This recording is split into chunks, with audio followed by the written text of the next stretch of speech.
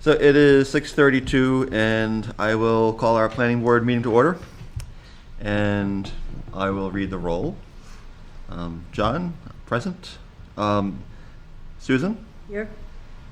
Phil? Here. I'll skip Neil for a moment. Mike? Here. Mark? Here. Matt? Present. And alternates, Zach? Here. And Michael? And Bradford? Yo. And Molly? Here. And Neil? Well, I know he's here. We'll consider him present. Here. There you are. All right. And so everyone is present. And so alternates, of course, you're more than welcome to join us in the conversation. We will not seat any alternates as voting members this evening. And we have minutes from July 18th, so we can have a look at those and review the minutes. I have a minor edit to suggest. Yes? So on page 2, at the end of the first paragraph of the continuation of compliance hearing. You're looking at the same thing I'm looking at. What's that? You're looking at the same thing I'm looking at? That's not the whole meeting. No, I was going to suggest changing meeting to hearing.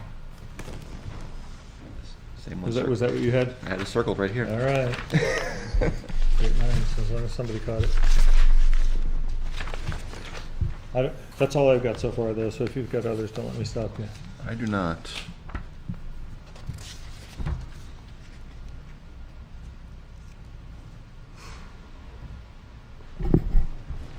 Sounds like an important clarification. It's minor. I mean, I think it, at the end of the paragraph, it does say Chris rejoined the board in his full capacity.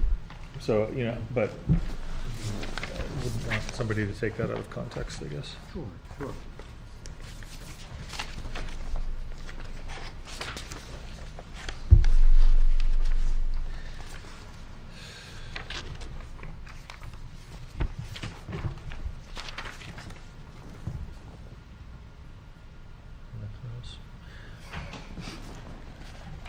Move that we accept the minutes with the one edit.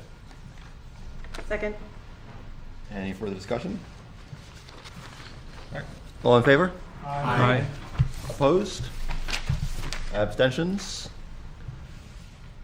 All right, the minutes are approved with the one amendment to them. Okay.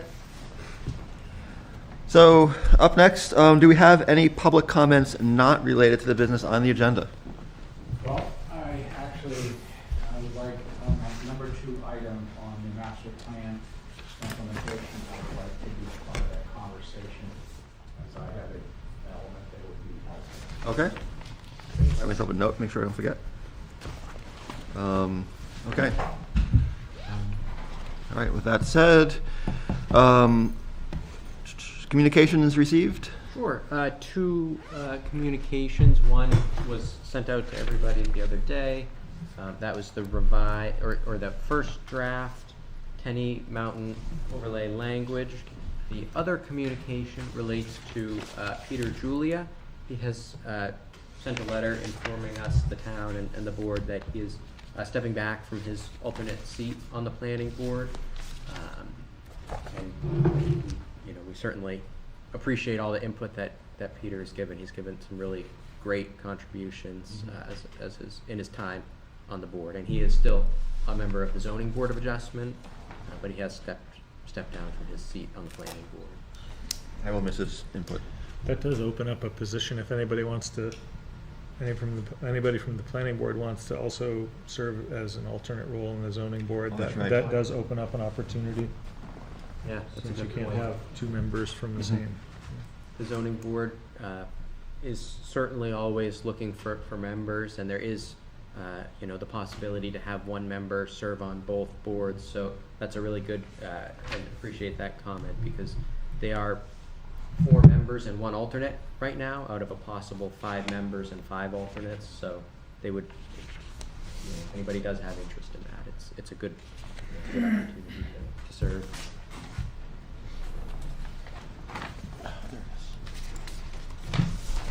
All right. any committee reports? Any news on the CIP? CIP, they just barely started the whole process Okay. of meeting with the different departments and stuff, so it's still at the Early.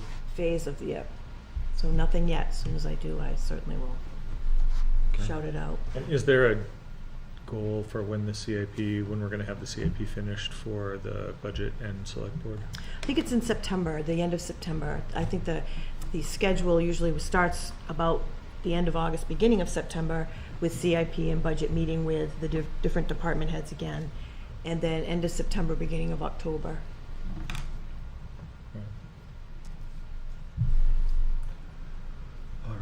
All right.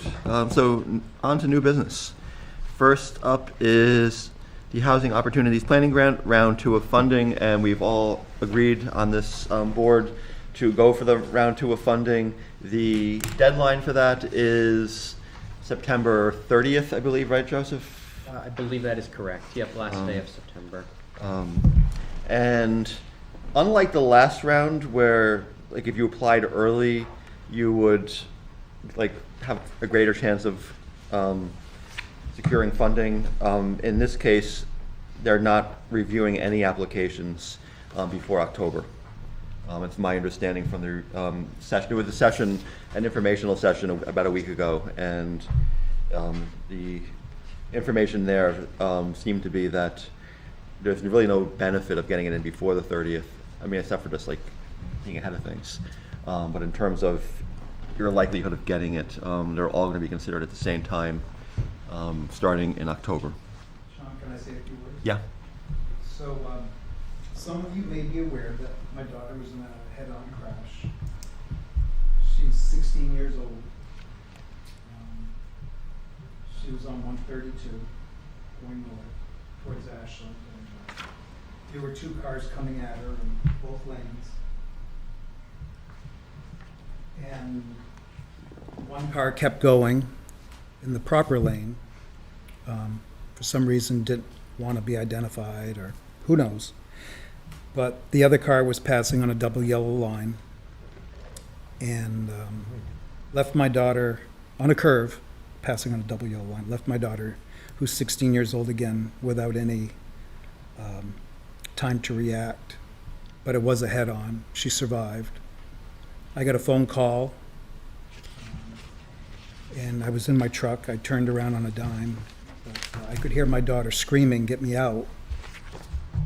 And when I got there, she was still in the car waiting for equipment, crying, waiting for equipment to arrive to extract her out of the car. She's still at Concord, but the reason why I bring that up is because more than once I've mentioned about the element that seems to be coming into Plymouth. And it really hits home now, the cost to the community and the cost to families from that effort of, and I do not want to say anything about the woman that plowed into my daughter. I wish her the best as she fights for her health. But I've gotten a lot of pushback over the last year or two about that element moving into Plymouth and the customers that they may or may not have throughout the community that tend to buy the wares or whatever it might be. But I'm not in a position anymore to want to debate it the way that we have in the rolling of the eyes. I think that Plymouth needs to take a good look, because I've seen it happen in Claremont, where I'm from, and I warn the community of Plymouth in the nicest way possible. The side effects.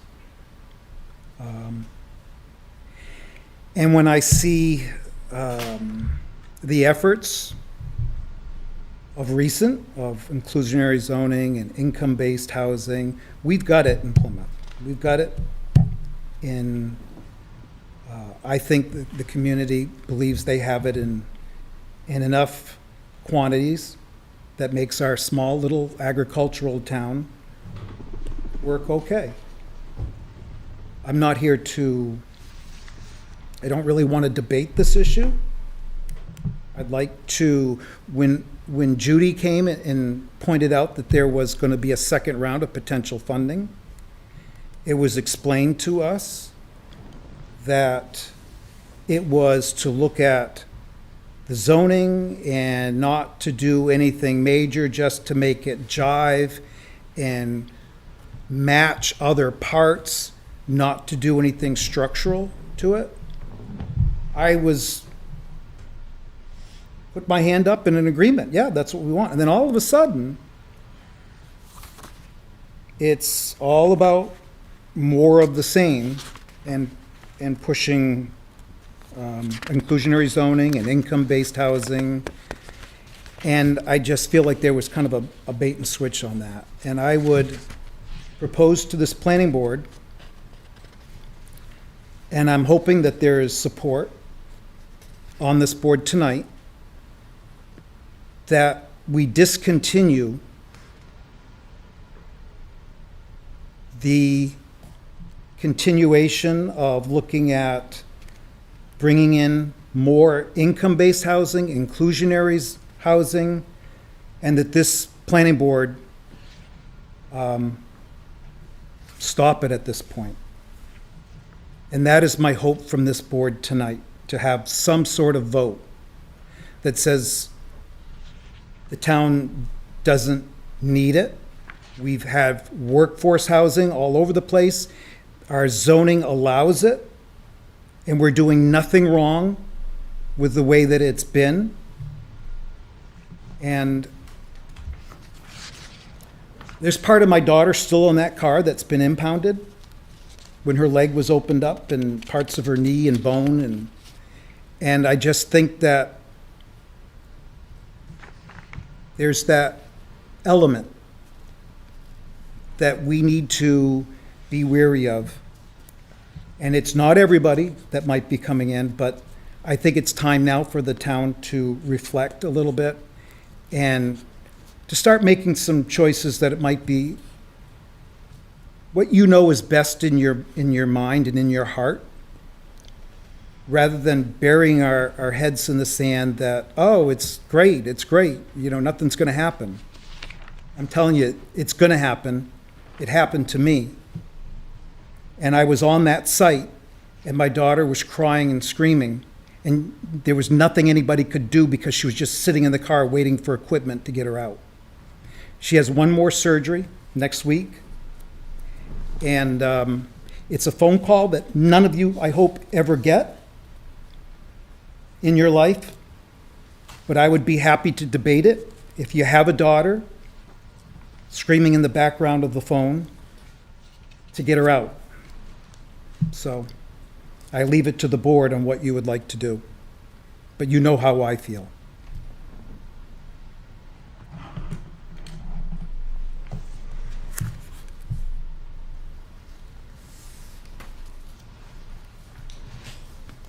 Well, first, Mike, obviously, sorry to hear that. Yeah. Don't certainly want to receive that phone call from my daughter either. I think it's scary when you're in that position. And I understand where you're coming from in regards to the housing issues. They're issues that I've thought a lot about. And in preparation for this meeting, I did a lot more digging into, which I probably should have done a long time ago, but kind of last night spent some time revisiting our master plan, which that was kind of one of our homework assignments, if you will. And the first thing that jumped out at me is there's so much in there. You know, it's a 69-page document. I'm going to estimate there was like 75 goals listed in that document. It was written, I think, in 2018, 2016. And I think in the goals, in the housing, there is a mention for affordable housing, and to do that. I do think during my tenure here, we've spent quite a bit of time talking about that issue. We haven't made a ton of progress, but there's so many more goals listed in there that I don't even, again, haven't been here as long as some people, but some of them I don't even feel like we've touched at all. And one of the things that I had said, and I was hoping Judy was going to be here, when they sent around their original questionnaire that we all filled out, one of the things that jumped out to me was in 2018, when you read the master plan, it's pretty evident that the student population at Plymouth State at that time was very healthy, or much, I don't know how much larger, but larger than it is today. And there was even, in that report, there's talk of, we've got to make sure that they're building more housing on campus to house students so that there's enough housing in the town for folks. I think, although it's only been 6 years since that's been written, I think there's been a pretty significant change in that regard as to how many students are now living off campus then compared to now. And it seems to me that when I think of the affordable housing that is available in Plymouth, a lot of it, rentals, obviously, most of it right now is what once may have been student housing. I think a year or so ago we had a group of landlords in to talk about their rental units, and I think they said at that point they had about 20% vacancy rate. So there seems like there is some housing opening up. It's a long way of saying that maybe all of our focus, which it's felt like at times, I know it hasn't been, we've also looked at different zoning amendments and so on and so forth, but maybe now's not the time to focus on affordable housing, because maybe more of it is opening up. And hopefully, first house I ever bought was a condominium, which was in a old Victorian that's very similar to the Victorians that are now here in Plymouth, some of them are rented out, but eventually a developer said, you know what, I'm not renting these out, I'm cutting these up, I'm going to sell them to me at the time in my 20s, 1,000 square foot condominium that I lived in when I was first an adult, if you will. And I think maybe more of those opportunities are coming up. So there's a lot in our master plan. Maybe now is a time maybe to focus on some of the other items that are in there that we haven't addressed as much as the affordable housing issue. I guess if I may, I look at the possibilities of what's available with the HOP grant in round 2, and part of what is being talked about as well, and this board has talked about it as well as those who are organizing the grant, is the ability to do a broader cleanup of our regulations that make the changes we've already made to the housing sections more usable, more approachable, less confusing in many ways, less contradictory. There's contradictions in our zoning ordinance. And these are changes that, from what I understand, would be potentially covered by a round 2 HOP grant that would help housing development, but would also help just more broadly kind of clean up our zoning ordinance. And if we could get up to $100,000 to have someone help us do some pretty hard work to clean up our zoning ordinance in general, with the goal, for the grant, obviously, of facilitating housing, but it would really facilitate a lot of ease with developers and others trying to use our zoning ordinance. I think that would be a beneficial thing to actually take advantage of that kind of funding and resources. And from the conversations we've had previously, it seemed like that was one of our goals of using the HOP grant, was not just to kind of focus on the housing sections. And we talked to Barrett Planning about this as well, but to do a kind of broader deep dive. I mean, one of the things that Barrett Planning mentioned in their audit of our zoning ordinance and our regulations was that we needed a broader kind of recodification of our entire zoning ordinance, so developers wouldn't look at this thing and say, like, it's kind of a mess. And I think having the resources to do that, I think would be really helpful. I agree.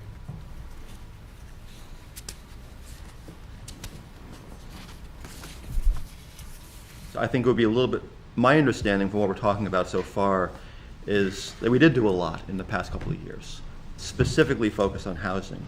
And another round could allow us to do some of the kind of surrounding work that make what we've already changed more approachable, as well as other kinds of development more approachable. I mean, that's kind of my understanding of what we were talking about in going into a round two. I agree with everything that they have said, and in reading through this, I mean, it mentions pedestrian bicycle safety numerous times from the college or from downtown out to West Plymouth. It seems like there's a lot of infrastructure things of that sort that really need to be addressed before we bring in more housing, before we do all that.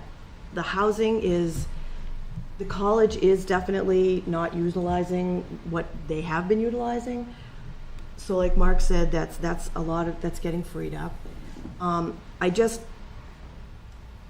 inclusionary, I'm not about, I am not really about bringing in the types of housing that Mike's referring to and giving bonuses for doing that. I just think we need to put a stop to that at this point, not permanently, but just kind of sit back, look at the rest of the master plan. There's items in here that really have to be addressed. Tenny Mountain Highway is really a nightmare during the day with foot traffic and bicycle traffic. Do we have to wait for deaths to happen? Focus on things like that. How are we going to acquire funding for that? Working with DOT. I think we need to establish some type of a group or people that are going to deal with DOT just to make this stuff happen. It can happen. It just takes people stepping up to the plate and doing it. If I may, just for one moment, Yeah. about the infrastructural issues, just thinking a bit strategically about this. If we go for a second round, and I think the inclusionary zoning, whether we go for it or not, was more about was the first round. If we go for a second round and make a good faith effort to kind of still participate in this broader kind of housing thing, and we get designated a housing champion, which the state is still kind of starting to figure out at this point. But we've got a lot of attention in this town for what we've done. And if we're able to do that, that actually frees up grant money for infrastructural improvements. Not guarantees it, but it makes it more available to us. I mean, I think there are a series of benefits, and I do think the second round would be, again, I think we all talked about, like, less focused directly on things like inclusionary zoning and more focused on kind of a broader cleanup that would help housing and everything in our zoning ordinance. That's my thought. And like I said, if we were able, and I don't know if we would, but like to get designated a housing champion or something, there is infrastructural funding that starts to get more available in doing so. What is the housing champion?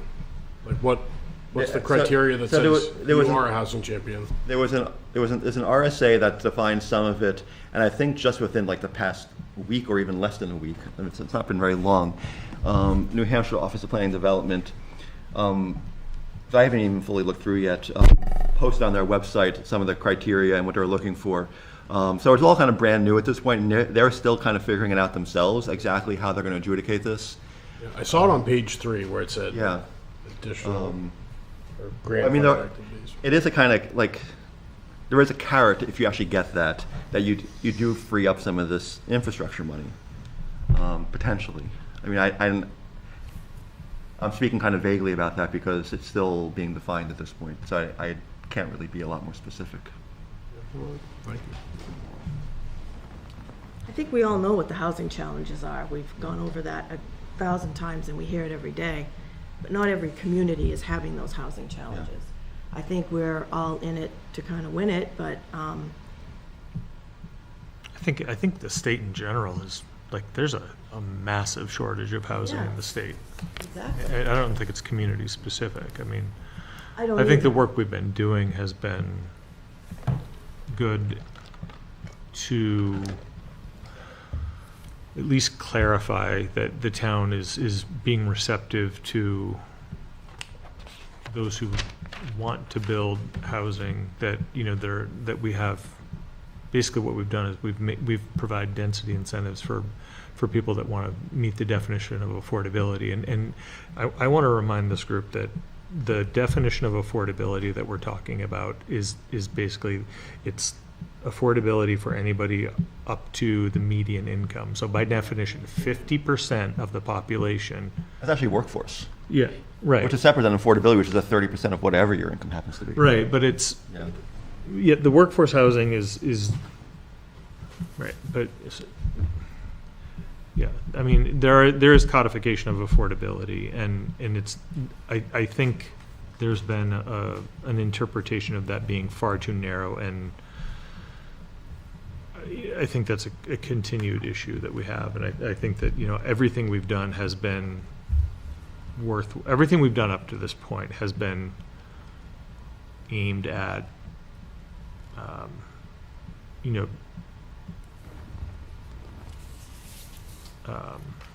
it has not been targeting, like, when we say income qualified, yeah, technically you can't address affordability without some level of income, but at the same time, these are not the types of affordability limits that I think should be looked down upon.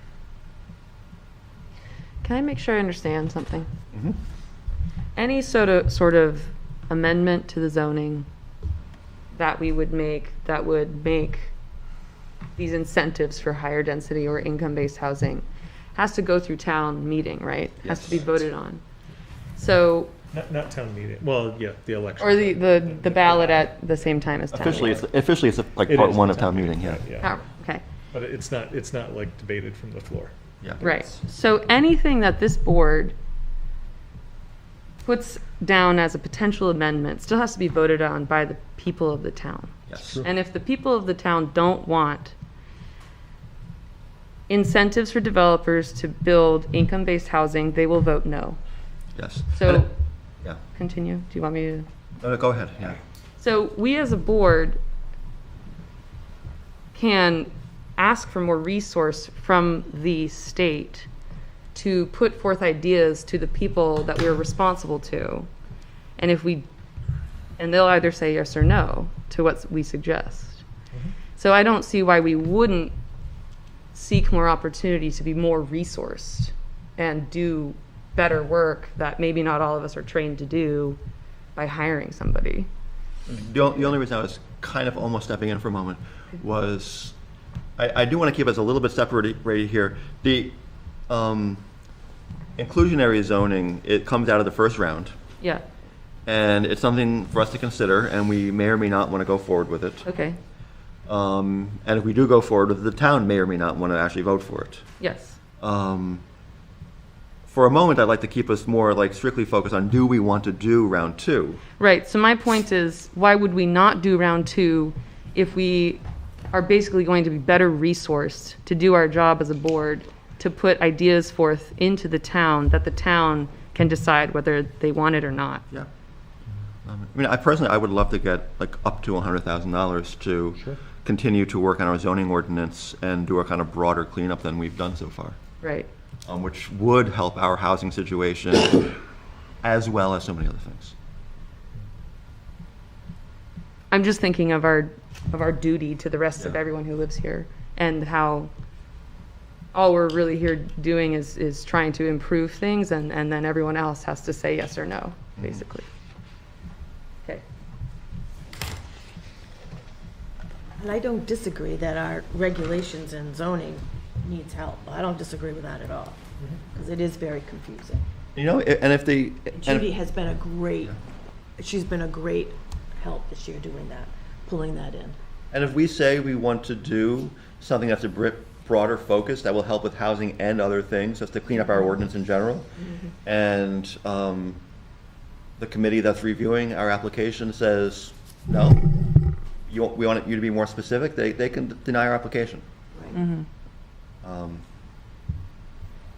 that's up to them. I would say we put forward an application that does call for this kind of broader rewrite. Maybe get a housing chapter for our master plan out of it as well, which probably would be a breeze at this point with all the work we've done and the writing that's already been spilled on this. And yeah, I mean, yeah. Neil, you look like you're ready to say something. No, he does. I agree with Sue, and I support what she's outlined. My biggest concern is our tax rate in this town. We're facing challenges all the time, increased costs of keeping the town going. And if our tax rate keeps going up, we're going to have difficulty attracting commercial development, which is our most beneficial development to support our town. We have problems in our town with, I guess Mike said, the element that is a danger to our town. And I'm concerned about having a program that would attract more people that would pose more problems for our town. But I know that we really need to work on getting our zoning regulations cleaned up, and I'm very concerned about what's going on out on Tenny Mountain Highway. And it just kind of bothers me that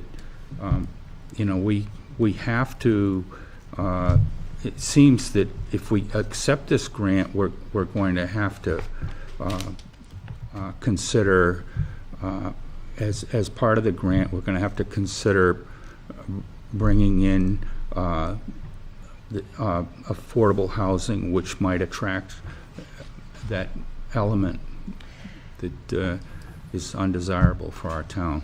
Can we please define the element? I feel like this is a euphemism that's not very helpful.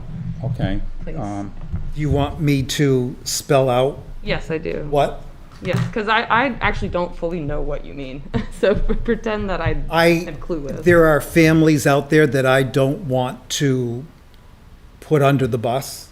I'm not going to say what element we are talking about. If you want to have a conversation with you and I Okay, later after this meeting, we can do that. okay, But I am not going to say anything in this meeting. okay. Let's just say it's not the element that you would probably want on the road when your loved ones, your daughter, if you have Right. kids, you wouldn't want your kids on the road when they are on the road. Let's just say, in a generalized,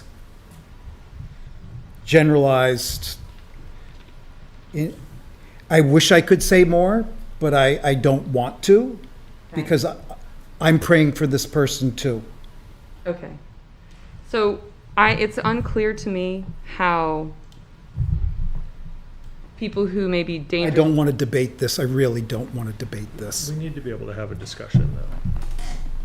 I'm of course so very sorry about your daughter. That's Thank you. extremely terrifying. I hope she's getting excellent care. I'm sure she is.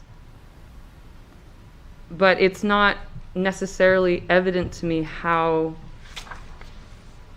putting forth ideas to potentially improve the town by getting money is necessarily connected to things that we can't control, like who's driving on the road and what their condition is. That's just not very clear to me. How It will those be are- when we talk after. Okay.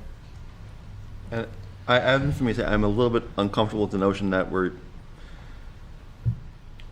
going to have side conversations afterwards, which define the conversation we're having now. Yeah. I agree. And it's not a We great, can go into non-public. it's not a great way to have an open meeting. We can only do that with the town attorney, otherwise we And can't. what I do want to say is another thing we might want to consider, which is something that housing developers, using our already existing changes to our regulations we've already made, not even like thinking about new ones. If a developer comes in and wants to make changes, or a commercial developer, not even doing housing, wants to come in, we've got subdivision regulations that have nominally been changed and readopted this past year, which is really only about adding a section to the existing decades-old subdivision regulations. And this is another thing that we could get help with to actually do a rewrite of woefully outdated subdivision regulations.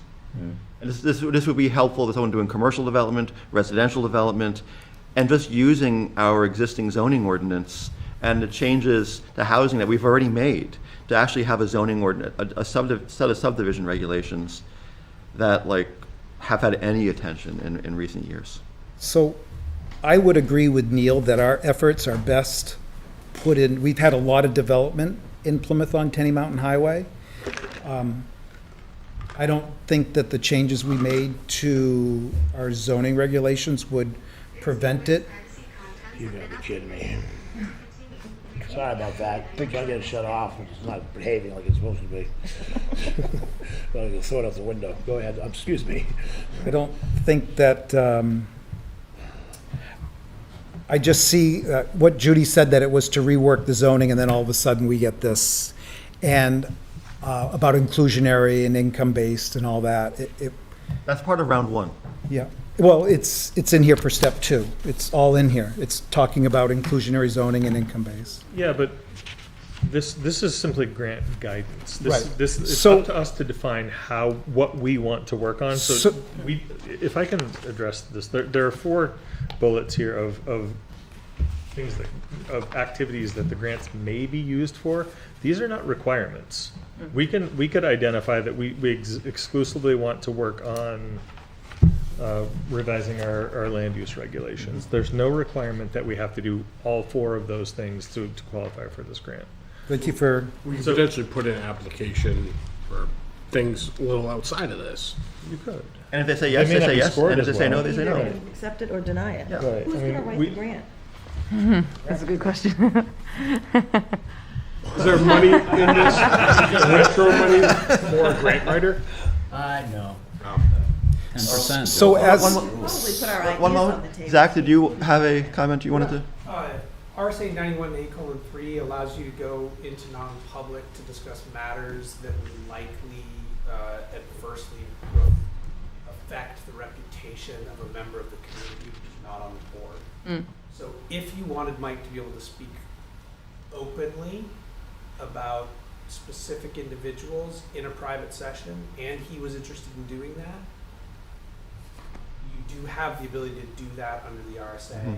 That is a justified reason to go into now, you may not want to do that. I'm just saying you are able to go into non-public to discuss a matter that would affect reputation of a non-board member. Thank you, Zach. And it's not something we normally do on the planning board. I really We deal with don't, it more often on the select board, so Yeah. just was. you'll be able to Google stuff. But unless you're talking about a specific individual, there's really no need. If you're talking about a general group of people, like, I don't even think you'd have to. But, I mean, going into non-public is generally reserved for things where you're dealing with personnel issues. And there are protections The board there. has been discussing an item that's affecting Mike's opinion based off an event that happened that includes a specific individual. So I think it would meet the requirements of the RSA. Again, Mike might not want to discuss that in non-public either. I just wanted to clear that you could have an open conversation about that if it would be helpful to move the issue. Do you know that this person is a resident of Plymouth? It depends on which address you want to use. And it also It's, says community, it's not actually a house, doesn't have to be a resident. it is, you'd have to know how the system works. in order to know which address they're using for what. We did have a comment from someone on Zoom. Yes. I think the mics are a little far from folks. Oh. So some of the Zoom people are having a little hard time hearing. Thank you. And I do not wish, even in a non-public, to talk about it. Okay, thank you for clarifying. Specifics, I do not want to talk about it. Can I turn back to a comment you made earlier, Neil? Tenny Mountain issue, Tenny Mountain Highway. I absolutely think it's like crucial that we do address Tenny Mountain Highway. And our vision for Tenny Mountain Highway, which is not very well defined at all. And it's kind of jumping ahead in my own kind of sense of an agenda here a little bit. I was going to get to this when we started talking about the master plan. Look, the way I'm imagining this in my own mind here is that a second round of HOP grant would take us like through another year. And at that point, we can start now already, but like we would have to kind of shift gears to start thinking about a new master plan again. And that could include either a separate section or at least some kind of visioning exercises, whatever, about what we want to see as our vision and our plan for Tenny Mountain Highway. And I absolutely think that would be crucial going forward. And given that our current master plan is from 2018, by 2028, ideally, we should have another master plan again, which means ideally, the best practice is like every 10 years. If we do a HOP grant, clean up some of our regulations, if they're okay with that, like broader cleanup of our regulations. And after that, we start really kind of, maybe even now on a kind of simmer level, after that on at this bigger push, think about what our vision is for downtown, what our vision is for Tenny Mountain Highway, and so I totally agree with that. I just don't think that necessarily precludes taking advantage of a grant opportunity to help us clean up some of our regulations. I agree. One thing you said, John, was the carrot. And there's going to be a carrot for that infrastructure to make sure that we score high. And I'm just curious, how do you, and I think I know the answer, but how are you going to score high? And I think that's what Neil was trying to say. We're not going to do so well with our scoring. Maybe Phil said it, I don't know. Again, we were told one thing and then all of a sudden, it's not quite how it was explained. I have no problem with cleaning up the zoning. I raised my hand, I was for all that. I'm not sure, I just think there's a lot of time between now and a year. And I can envision, and I like Judy, I think she was very good for the town. We've done a lot in the last year and a half.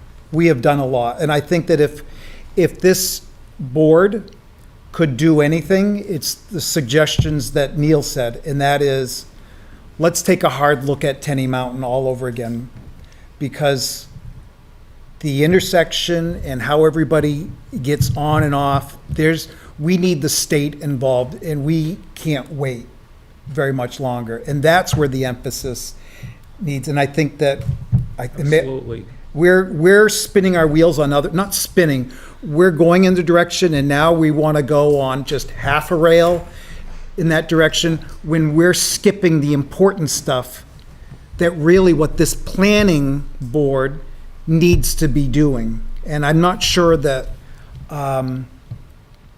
if we only give half an effort to Tenny Mountain, whether we're doing it justice. I don't think it's half an effort. I think it's the beginning of an effort now with a bigger push once round 2 of HOP is over, if we get it.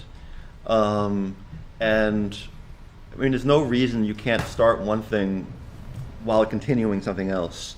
And I mean, I guess I look at it like we've been working with someone for a couple of years now who knows our regulations inside and out, probably better than anybody in this room except for maybe Joseph. And to say, hey, let's just try to see if we can get some money to go a little bit further with this person who already, there's like no learning curve. They already know all of our regulations. They studied them intricately, and say, like, let's see what you can do with this to help us clean it up. Yeah. Is Judy on the list of pre-qualified consultants, do you know? I see that we can't choose them this time. We have to use the state's list. We had it was the same issue last time. We It was- can it was- choose It was a pre-qualified list last time as well, and And then we I went. can't imagine at this point that Barrett Planning would not be on it again. Okay, I didn't remember that, thank you. It is the same list, it's just more firms have been added to it Okay. since the first round. I would support moving forward with the grant application. It's not a guaranteed we'll get it, but I do think it would be worth focusing the grant application on specifically the third bullet, which is audit the municipalities' land use regulations, make recommendations for changes, to promote housing development. Audits may be structured to do any of the following tasks. Identify Isn't that barriers what to we housing already development. did? I think there's more opportunity.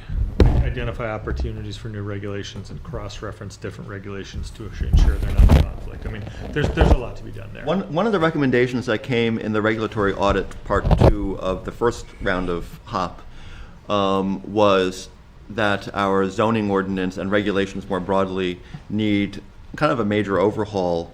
And that was one of the barriers to housing development, is the kind of regulation as a whole.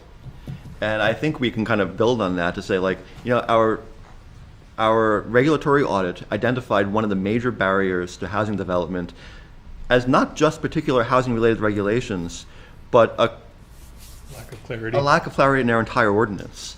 And that was one of the barriers that was identified to development. And if we can kind of build on that and say, yeah, so let's actually take that step to clean some of that up, which will help housing development and a whole lot of other stuff at the same time. So I can almost envision that time that Joseph would be writing that, to instead work on some sort of grant for Tenny Mountain Highway to take care of the serious problem in this town. And that's where I think our energy should be put at, because that's where the intersection that is going to just boil over in a very short time, that puts all of our families at risk. I think that's where his time is best spent. I think developing Tenny Mountain is where and I was on the planning board back when we studied Tenny Mountain, and it's it's changing. And I think that study, rather than housing, needs to be looked at. And I agree with Neil. I don't know why we can't do, like, more than one thing at the same time. I mean, we can apply maybe for, who knows? I'm not sure how we'd frame that, but for like a planned New Hampshire charrette or something on Tenny Mountain Highway, and I think our ability to affect significant change along Tenny Mountain Highway is very limited. It's a state highway. We are a planning board. Like, the only tool we have is approving or denying applications. We don't have the ability to change the, right. Well, we do have zoning, but in terms of, you know, affecting traffic on the We roadway. do. We do. We have the ability to make connections between businesses rather than going back up onto Tenny Mountain. We have, there's a few potential spots still remaining to connect Town West Road to Highland Street that we should be looking at. There's things that this planning board can be doing now before the pieces of the puzzle are all used up and it doesn't become an option anymore. That's safety issues, and that's what this planning board, I think, should be looking at now and putting our energy and our emphasis on that.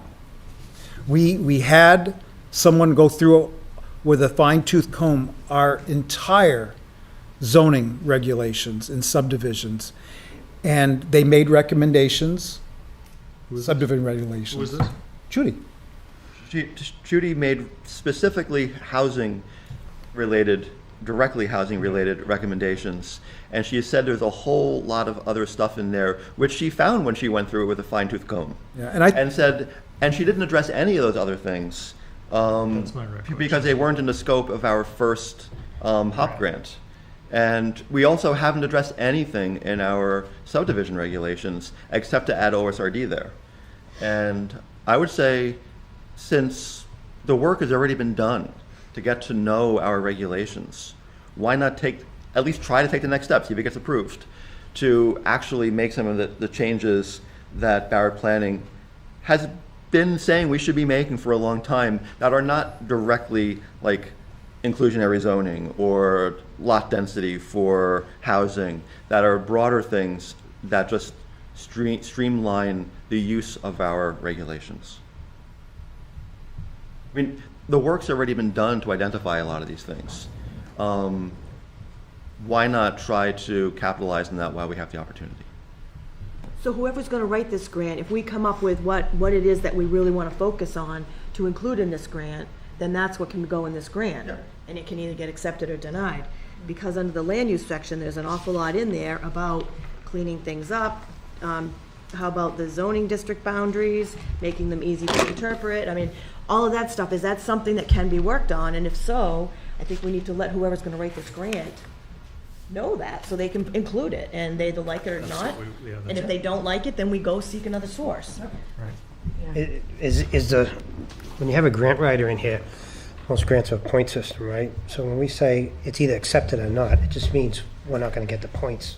And there is Yes, a right? point That's- system, There is a point and it's already been made public. I'm not sure if it's in the print or not, but Right here, yeah. Page 5. The Page scoring 5. criteria. So yeah. if we take the low-income housing, affordable housing out of it, is it 5%? Our grant ability to be executed, the money drops down just a small fraction, or is it a huge amount? Housing challenge and project goals is worth 20 points. Yeah, and that does, that's not, And that does not affect, that's not written specifically to affect affordability. No, so it's, that, it's kind of very, And I think it will be recognized that, we've already made a lot of progress in that territory, and Plymouth has been singled out again and again by the state for the progress we've made here. so what do you mean by that? We've been featured in conferences, we've been featured in, they're doing a write-up right now on featured communities, and Plymouth is Singled one out of in a those. positive way. Yeah. No, not singled out like, I was looking at it, okay, no, singled out in a positive way. okay. Admired. Admired, yes. Sorry, I didn't mean the negative Yeah, yeah. connotation of singled out, yeah. Is there a competition for this grant? Well, yeah, it's, There's gonna be 20 other towns trying to get it? yeah. But there are probably And multiple grants too. if we're not emphasizing inclusionary zoning or income-based housing, then we're gonna go down the ladder. I don't think it's that simple. I don't see that language in the scoring criteria anywhere. It says clarity of the community's housing challenge. So that's not necessarily only affordability. It could be lots of other types of things connected to challenges to housing. I mean, I think it needs to be recognized as well that we did a lot of work in round one already to address some of the most basic stuff. So we're kind of at another level of this now. So depending on your community, certain parts of this might be more relevant. But yeah, it is a scoring system, and if we don't get it, we don't get it. And if we do, we do. And we might as well try to benefit from all the knowledge that's already been gained by taking that granular look at our zoning ordinance and regulations. I know that Frank worked on the original zoning years and years and years, 1970s or 80s? 70s? And we had the good basis. We had a good basis for that zoning. I think that group did a phenomenal job. And you could take any zoning from any town and I think pick it apart and find issues. But we did okay with our town. Our town, pretty nice town, knowing that we have one of the best, greatest small town main streets. We have a superior town, and there are people that are here that love it. The one challenge that we have, if we could change, is the taxes. We lower the taxes, housing increases. But the taxes are the biggest barrier to housing right now for everybody. And if we can get control over that, and we can take care of Tenny Mountain Highway, it solves itself. And I hate to tinker with our I want to, if there's a word that doesn't match up with another part of the zoning I get that, yes. And I was under the understanding we were doing that all in the last 2 years. And I hate to go for this, probably have a chance to get it, maybe not, but it takes away from other activities that we really should be doing. And we've done a lot in the last 2 years. John, you've done a yeoman's job putting this planning board and steering us and leading us as the lead dog out there on this. But I'm not sure that the townspeople are 100% behind this, because you hear a lot.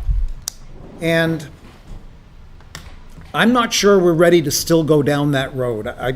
I appreciate everything you've done, and Judy, but I think what Neil said is where we need to be concentrating our energies now, and I'm afraid it detracts from it. So, I don't know if, Neil, you want to make a motion? I think the citizens of our town are solidly in favor of tax relief, and we have to consider that. And I agree with John too, and Mike and John, that we really need to clean up our zoning. We've got to focus on commercial development and public safety. So what if this grant opportunity affords us the ability to write zoning so that we are able to address those challenges, the tax challenges, the commercial development challenges? What if through this grant we are able to do those things? Because housing is not just housing, it is the whole town as well. That's what I'm wondering. Now, if we're concerned about taxes, we're talking about the potential, which we've already voted previously to move forward on, to seek up to $100,000 to help our planning department get work done on our zoning. This is like money that comes into the town to help our staff get work done that they can't get done on their own because of all the work that needs to get done with a one-person planning department. And I mean, you want to like talk about taxes? Like, do we want to turn down money to help our planning department do like a regulatory overhaul on our stuff? Lowering the budget of the town? so I'd rather see grants be written This to is take. not an either or. This is one. We're talking about this grant. If you want to find other grant, No, I'm just opportunities, saying go for it. But like we're talking about this one now. And I'm thinking, Going for this grant does not preclude us from getting other grants.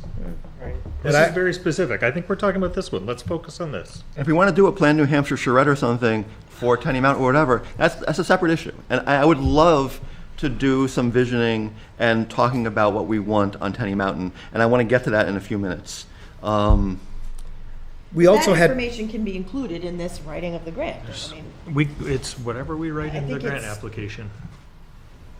it's not just, I'm in favor of going for this round of this if, our main focus is cleaning up of regulations so they're cohesive and, work Clear together. to applicants. Yeah, clear applicants. I'm not in favor of it if it is on the premise of what is mainly outlined in this document. But with that being said, just because I might think in the back of my mind that really potentially lowers our odds of getting it, does that mean we still don't try just because lower odds? But if the main purpose was to clean up our regulations and make our documents more cohesive, And we can highlight in the grant, we spend round one of HOP making a lot of changes to our housing regulations. And now in round two, we want to make it easier to actually go forward with those changes by Understand. cleaning up our broader regulations. So we can, in the writing of the grant, we can point to what we've already done. And it seems for a town of our size, in the broader scope of Plymouth, we've accomplished a lot in round one of HOP. And we can point to that and say now to actually make the stuff we've already done more useful. we have to do this kind of broader work, Yeah. which has already kind of been studied ad nauseum, but that the changes need to be made. And I was in the same misunderstanding as Mike from the beginning. I mean, I don't know where I missed it, but I did miss it, that I had more expectations from Judy to clean up our regulations, but I misunderstood that. I think that was out of her scope. Yeah, that I misunderstood that was really out of the scope of the grant. But that's really what I looked amongst. I mean, we accomplished a lot in 18 months, but that's what I look forward to as well, is that whole cleanup and sort of like, oh, son of a gun, that wasn't in that scope. So what I'd like to say is that, Judy, we have some experience working with her, and what she has done she's listened to us, she's listened to the community, she's provided a summary of what she thinks she heard, and then she gives it to us to review, right? So if we don't like what she's written, we make edits, and then we move those forward. This is not her dictating to us how it's going to be. This is, we had a great amount of back and forth over what we thought. If you remember 6 months ago when we were getting ready for zoning changes, like, we made significant edits to the drafts that she had provided us, but those were valuable drafts. And I think that, if we are successful in seeking grant funding just to review and make our existing ordinances and regulations more clear, I think that would only benefit us in terms of both attracting business and attracting housing development, which, regardless of what income level it's aimed at, I think we can agree that, housing development would help the tax base of this town. I think that it would, I hate to see this burden get put on Joseph, and does June still work? Does she still do grants, or, this is ultimately going to be your problem. Staff. Is that, and it's going to take a lot of time. Judy, this is what she does. So if it is reviewing our ordinances and helping us rewrite them and get them in order, get our house in order, Joseph doesn't have that kind of time.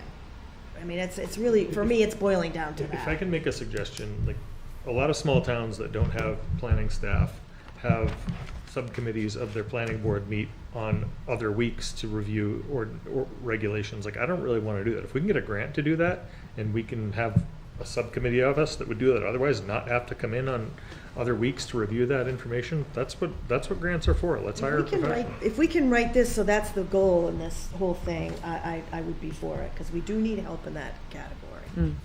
I would just add that, should we do it, which I was in favor of, but if we're starting to, as the board was going 5 years ago about describing each zone and putting descriptions of the zones so that we can work, that I had a problem with, and I think a lot of people had a problem, and I worry that that's the direction that we're going to go. Mike, can I just say? But if the intent is to have words match, that's what I thought she was talking about, and I'm all for that. But I want to be trusting that that's not going to happen, the whole wording and changing the whole plan from what Frank had set up originally. So I'm a little leery about that. And that's guidance that we can give to the consultant as they're working on the ultimately, they're beholden to what we tell them to do. Well, and it starts with the writing. And it does start with the writing. It starts there, so. What our staff would draft the grant application. It would go in for review. If we get the grant, then we hire the consultant, and we can work with them. Yeah. Well, and another option is if we can go forward and apply for this grant, and we can always make a motion that after the grant application is put together, we review it one final time for a final vote of, yes, this is going, however one feels that, yes, this is what I was hoping to accomplish, or no, this is a complete mess. I don't know if that is an That option. sounds good. Because I do really think that there's more cohesiveness to bring together in all the documents that Joseph, knows inside and out. Is it going to cost, if we could do less than $100,000 just to do that portion, to make our document cohesive? Is it really gonna cost that much money? Well, it may or may not, and we can Do we try to, save it, or can it go back to another community if we don't use it all? we ask for how much we think we need, up to 100,000. To 100,000. And they can determine as well, like, well, you asked for like 95,000, we don't really think you need that much for what you've outlined, and give us less or something. But I think So- editing our zoning documents to make words, make sure they don't undo another word, another document, is not gonna be very expensive for her. She should be able to knock that out. There is gonna be more public outreach and other things, which are just part of the planning process always, and take a lot of time and effort. And let's see what we can put together. And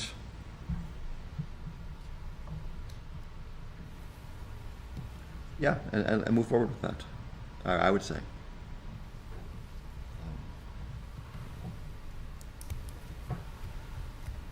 I don't know if there's any, I know we have a grant writer helping us in town, and I don't know if that's available to the planning department or not, to help out with some of the work. I can certainly help with some of the reading of drafts and stuff. I don't necessarily have the time to kind of co-write, like, the last round, 4 of us co-wrote the thing.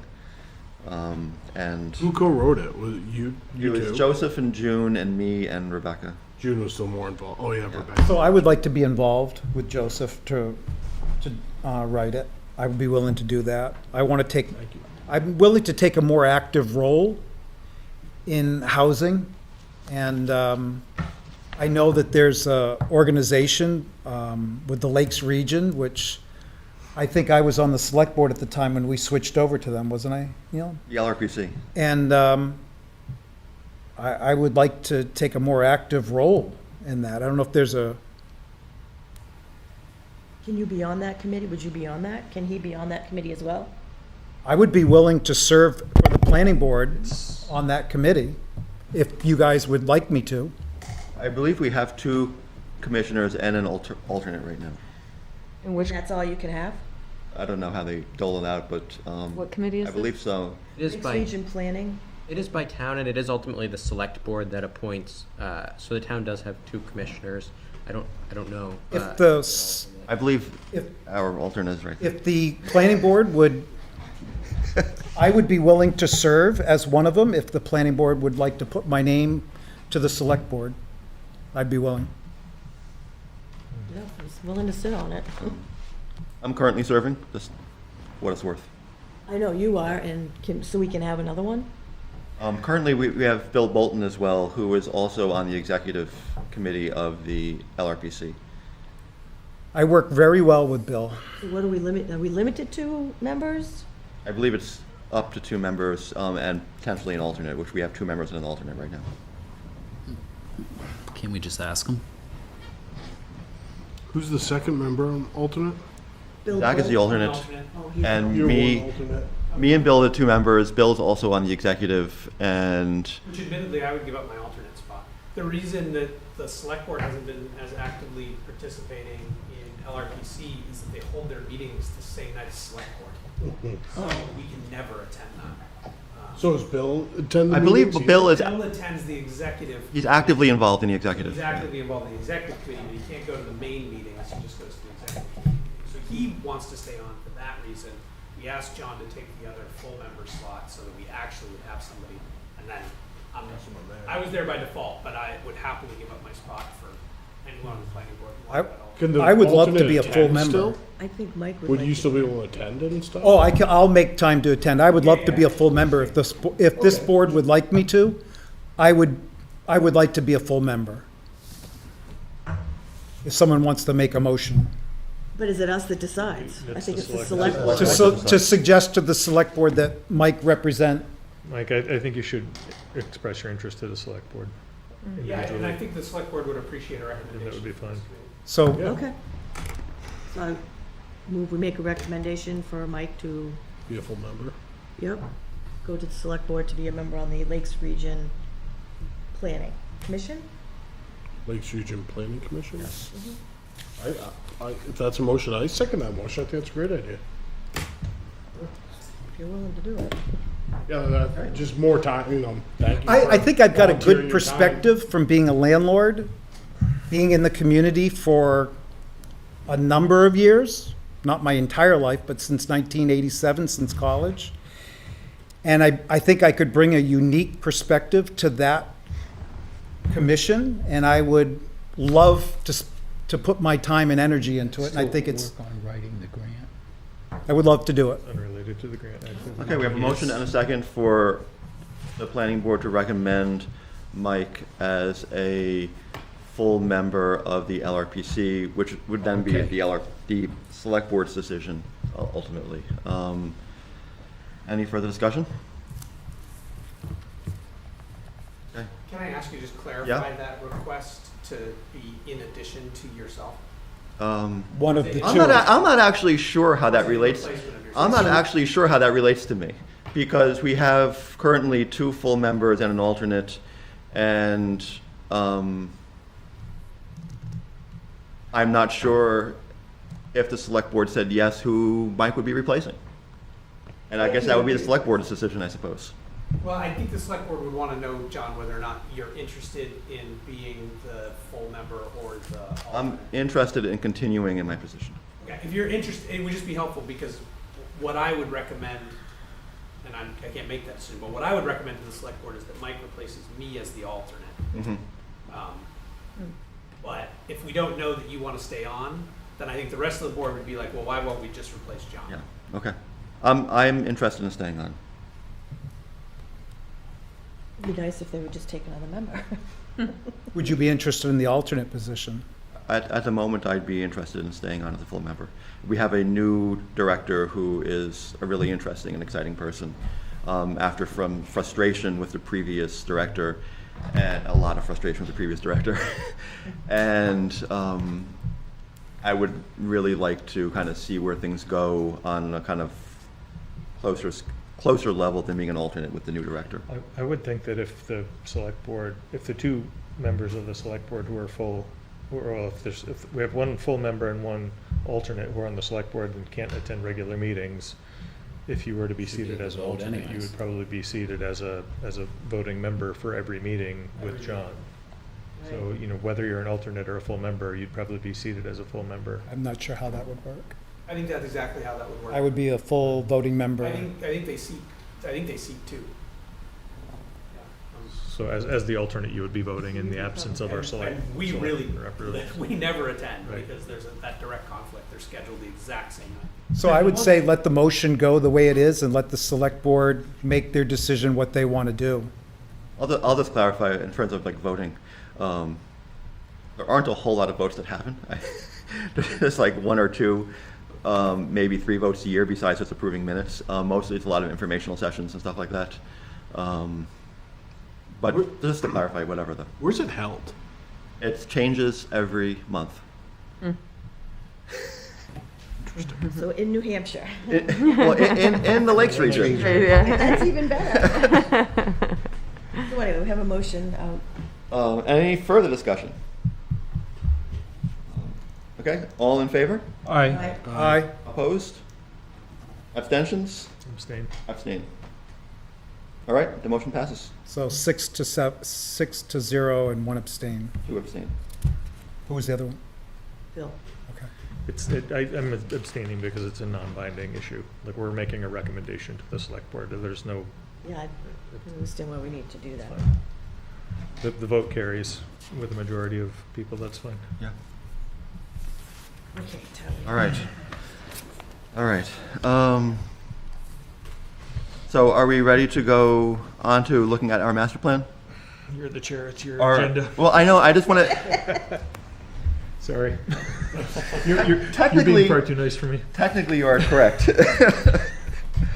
I know that there was, yeah, I'm not sure we were fully resolved about the HOP grant, but it seems like, yes, we're going forward. You're not going to make a motion to not do it. You do want to help with some of the. I will be involved. Okay. Would like to be involved with Joseph to write the grant so that we narrow it down to fine tuning the existing document. I don't think there's I think that's overly narrow. I don't think we should go that route. I think we're not gonna get funding. I think we should be open to reviewing. I think there's a way of writing it where our main goal is a kind of regulatory overhaul. Sure. With a nod to the kind of broader housing issues, which they want to hear about. And I think there's a way of running that line. Frankly, what I'm reading from you, Mike, Some is that delicate writing. You're digging your heels in and being obstructionist at every turn you get, and it really annoys me. You know, if you don't want to be part of this board, you don't have to be, but I think there are good people here who have good energy and good ideas, and I find that your efforts are disingenuous.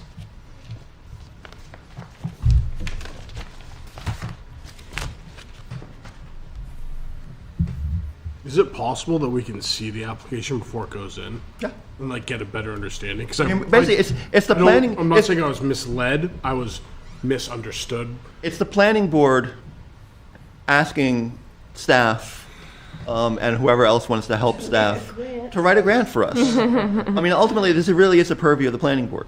Yeah. Okay. And we so will if see we it. want to take a look at it, absolutely. Just in case, like, hey, can we include this? Or We could probably have a draft, if we wanted to just have a draft for the board, I'm sure by the next work session, September, when was the deadline for the application? September 30th. September 30th. I'm sure a draft could be ready Yeah. by the next work session, that is the September work session. Let me know when you want to get together, Joseph, and I'll meet you at the town hall or wherever you want to meet. Okay. Okay. Joseph, if you need any help writing or just layman stuff, I'll do that. Why don't Sue, me, and Joseph work on that? Just when he needs something, have I him think we reach should out. give Joseph Yep, some just let him, general ideas and let yep, him let him go. work with the grant writer to He's very, put something Make together for us copies, to review. do whatever. You said writing is layman's, and I don't think that's layman's at all. Writing is. all right. No. So one of the things we were going to do this evening is look at our master plan. And so just as a reminder to everyone, I know we talked a little bit about this last time, and for many of you, this is old hat. For some of you, it's not. So the master plan is a non-binding document where we lay out our vision through a lot of public input and outreach and research that goes into this. And we describe what does exist, and we describe what our vision is, and we describe the steps to implement that vision. And however, when it comes to actually turning that into something with actual legal teeth, then we turn to our zoning ordinance and our other regulations as well, but especially our zoning ordinance. And so a lot of work went into this document, and as you probably all saw, there's a lot of recommendations in there for implementation. And no, we haven't even gotten close to implementing that, and that's okay. We did tick off some stuff though. Well, we did take off some stuff, yeah. And you notice planning board, there's a lot of planning board that's in bold.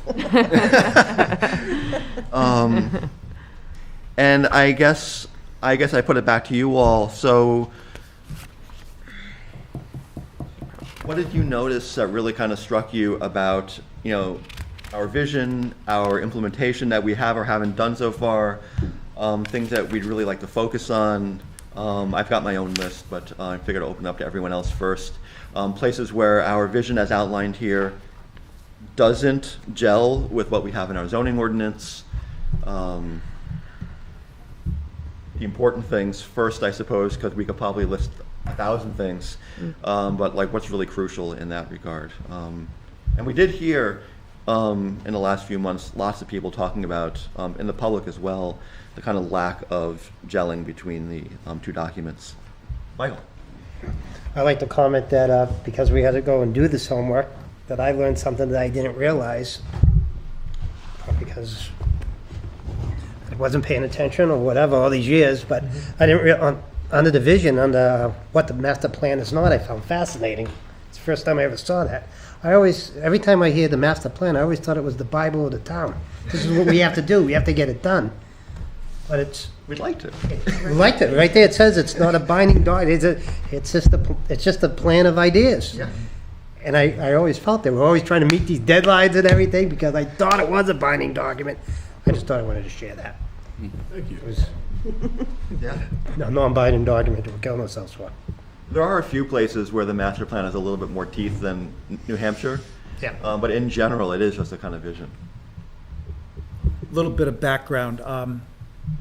20 years ago, Neil, you were at the gymnasium that night, weren't you? I can remember, yeah. It was, we filled the gymnasium because there were some changes to the master plan by a burnt rock out of Vermont. And they got so general and so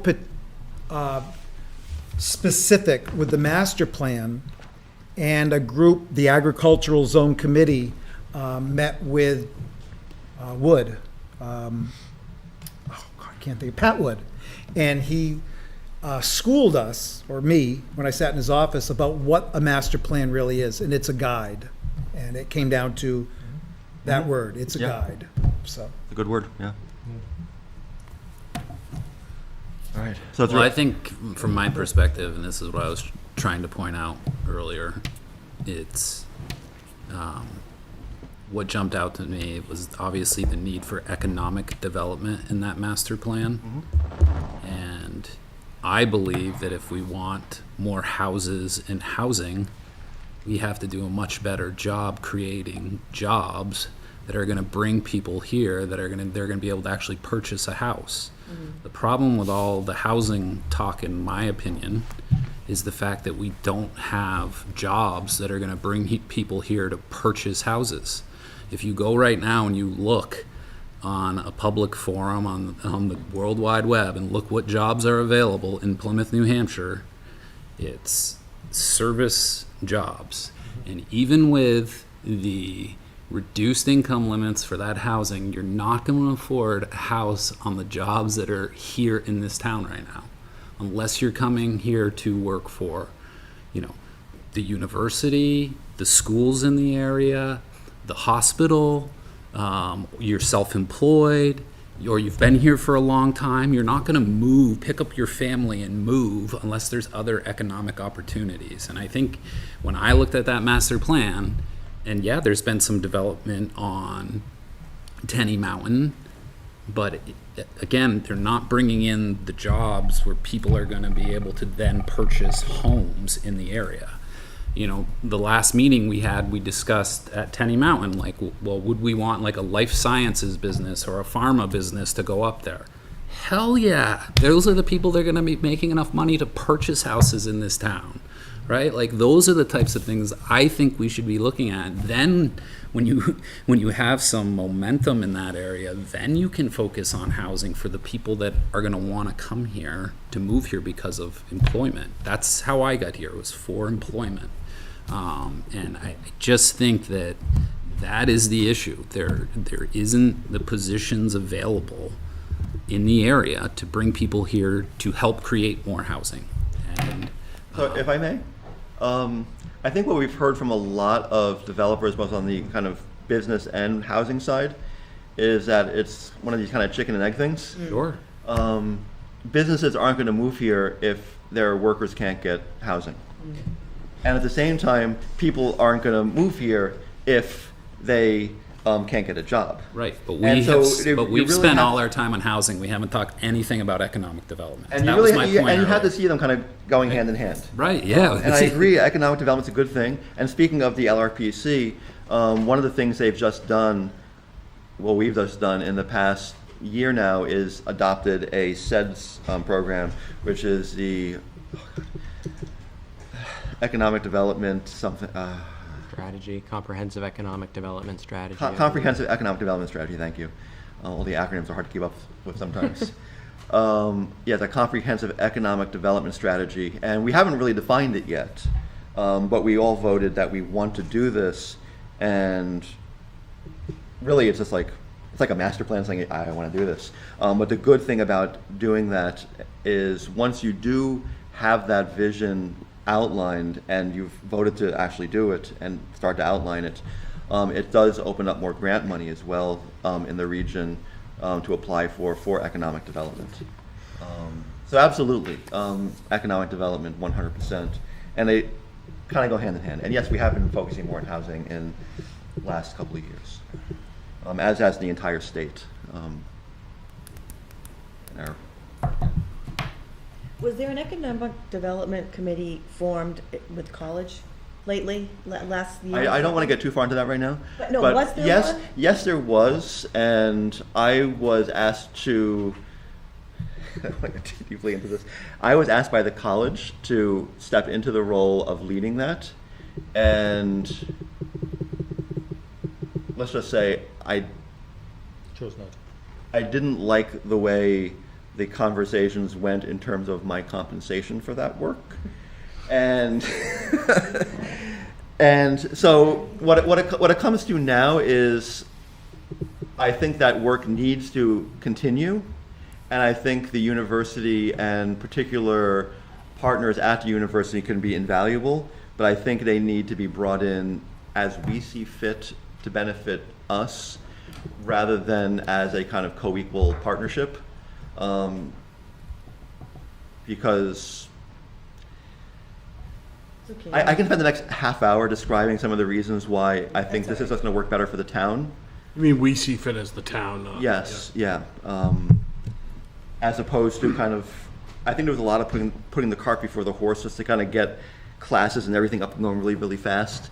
And I think between that not being the best way to do planning, which is more of a slow kind of methodical process, and being asked to do this without really being compensated on my part, despite being promised more.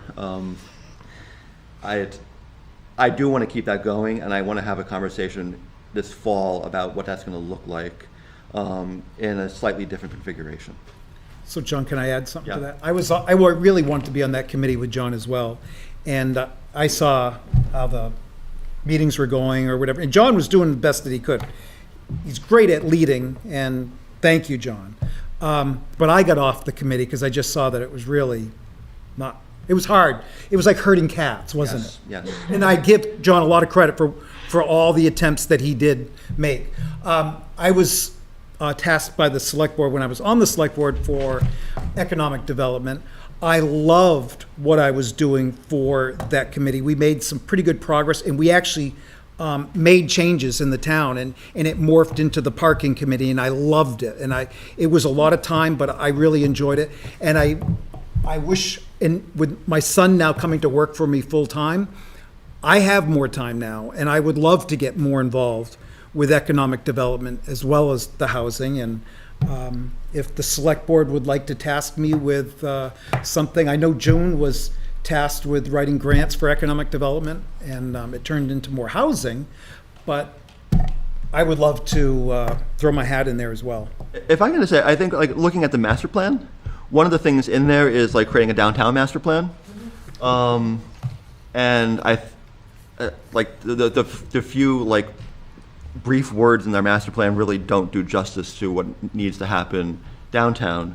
And it's not even mentioned, like, for me, what I would do is, from a planning board perspective, is run with the downtown master plan and add to that a Tenny Mountain Highway master plan, and kind of work on them in tandem. And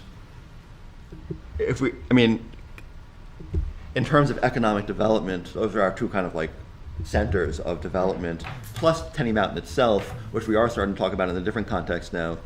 And I think if we could like start to think about what our actual vision and plan is there, and this is what the planning board does, right? And yeah, come up with a Tenny Mountain Highway and a downtown master plan. And one of those things is actually called for in here, and I think we really ought to do that, and add the other one to it as well, as a kind of next few years sort of project. Frank. Having been a member of the original master plan committee back in the early 80s, one of the programs I'm doing now is the master street plan for downtown. Okay, RSA 674:9 says that a town that has a master plan system in place should do a master street plan. I have researched the streets all the way back to 1780. in the village commercial zone. I've looked up every RSA, everything from the federal government down to us. I've also inventoried all the businesses downtown. And using the North American Industry Classification System, there is a way of determining your financial viability. This economic development in town of Plymouth, forget it. Right now, we're in an age change. We need to start thinking about economic viability of the Main Street business community. We've had a major interruption in our vehicular and pedestrian infrastructure and has made a major impact on the finance of the businesses. So now we understand the sensitivity of the village commercial zone's infrastructure. And the thing is, the village commercial zone, there's no one landowner that owns enough land to do and mitigate and address their pedestrian and vehicular infrastructure on their lot. It's a we, us, ours. The federal government with the post office can't park their vehicles. The town here with this building right here. The state of New Hampshire with the university. Alex Ray, Steve Rand, pick a name. I've looked up every lot, every owner. Same thing I did with the commercial development out on Tenny Mountain Highway. You have 2,000 acres and you can't tell me how many people own that. You can't tell me the types of industries that are out there, which I've already done. Now, I've had that in my office now for the last 30 years. Okay? So my offer tonight, and I've talked to the town planner because I just finished up the street master plan for the village commercial zone. I was trying to see if there was a particular prototype profile by the state planning commission, and he said there isn't. So I'm going to get it typed up. I have the 6 lists that make up our street names. Okay, first one's the highway department, tells us where the street starts and who owns it. Fire department tells the occupation. So now we know there are 18 buildings on Main Street that have apartments, 35. Okay, this is all the stuff that you get through inventory. We need to inventory. That's what I have been doing for the last 30-some years. I have all that up there. I have maps from Main Street back to 1900, if you'd like to come up and take a look. Okay? I've evaluated the top 6 industries of the town of Plymouth. Okay?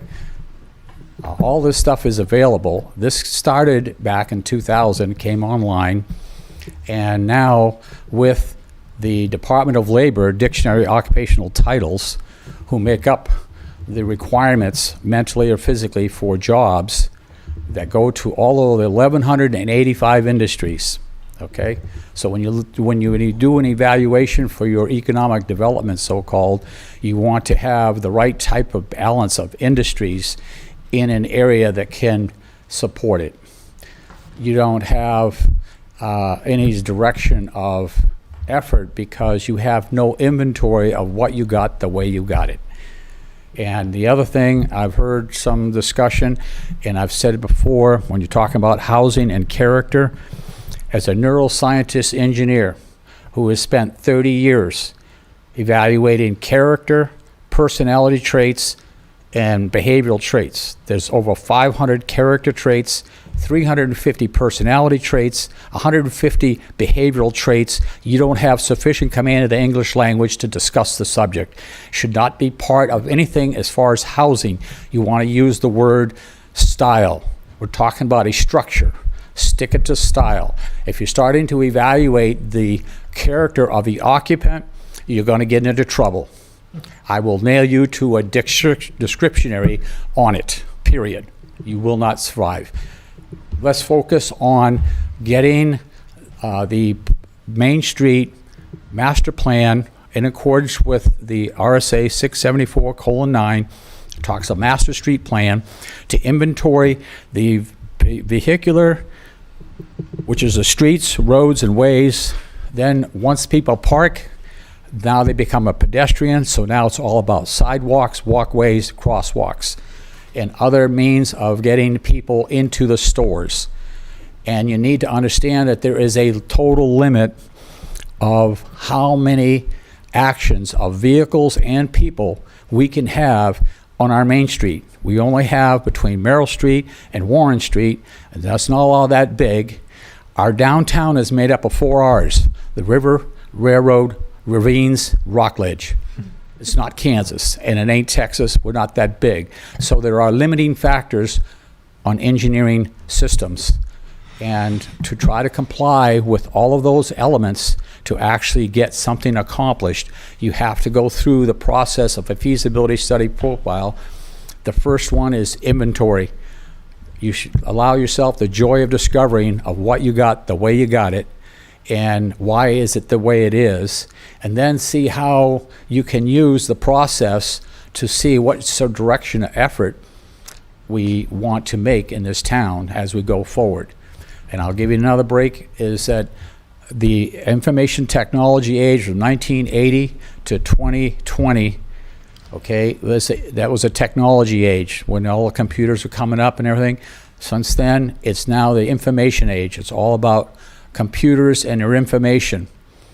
So now we're having a transition problem with our main street, and we're having a flux on all of the industries as far as technology.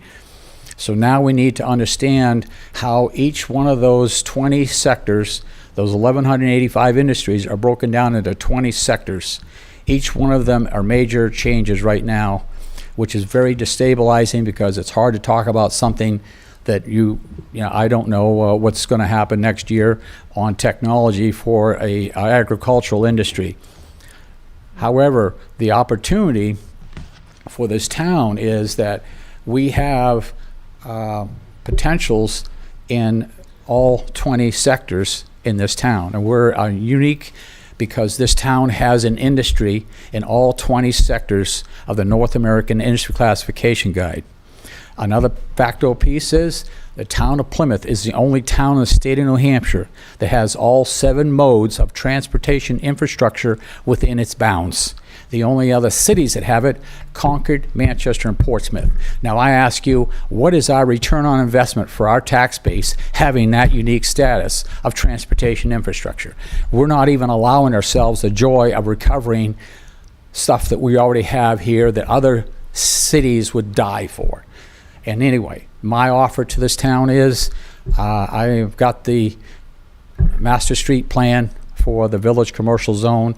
I want to get it typed up, and I believe it would be very helpful for this board to go forward with understanding the mechanics of the village commercial zone, and also use that information for the Tenny Mountain Highway, because we have not really allowed ourselves the joy of seeing how we should have planned stuff back 30 years ago. Thank you. Thanks, Frank. So add a little bit of my own nuance to that. I do appreciate all that.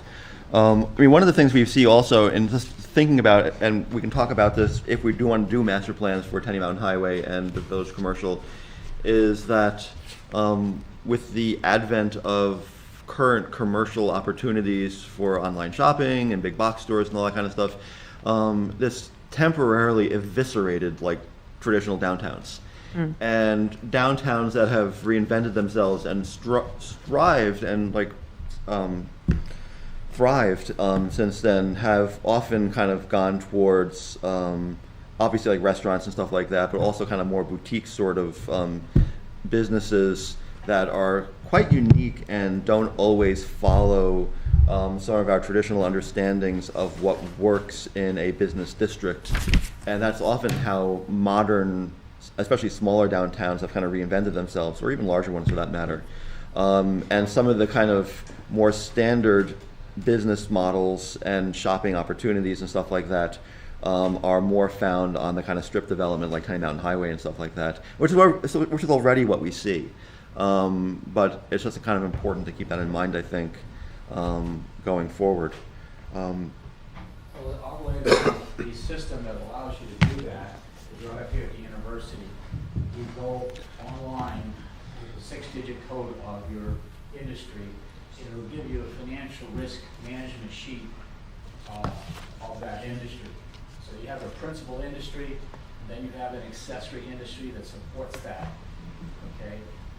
Just another factor, we have food service hospitality capability for a town of 49,000 people.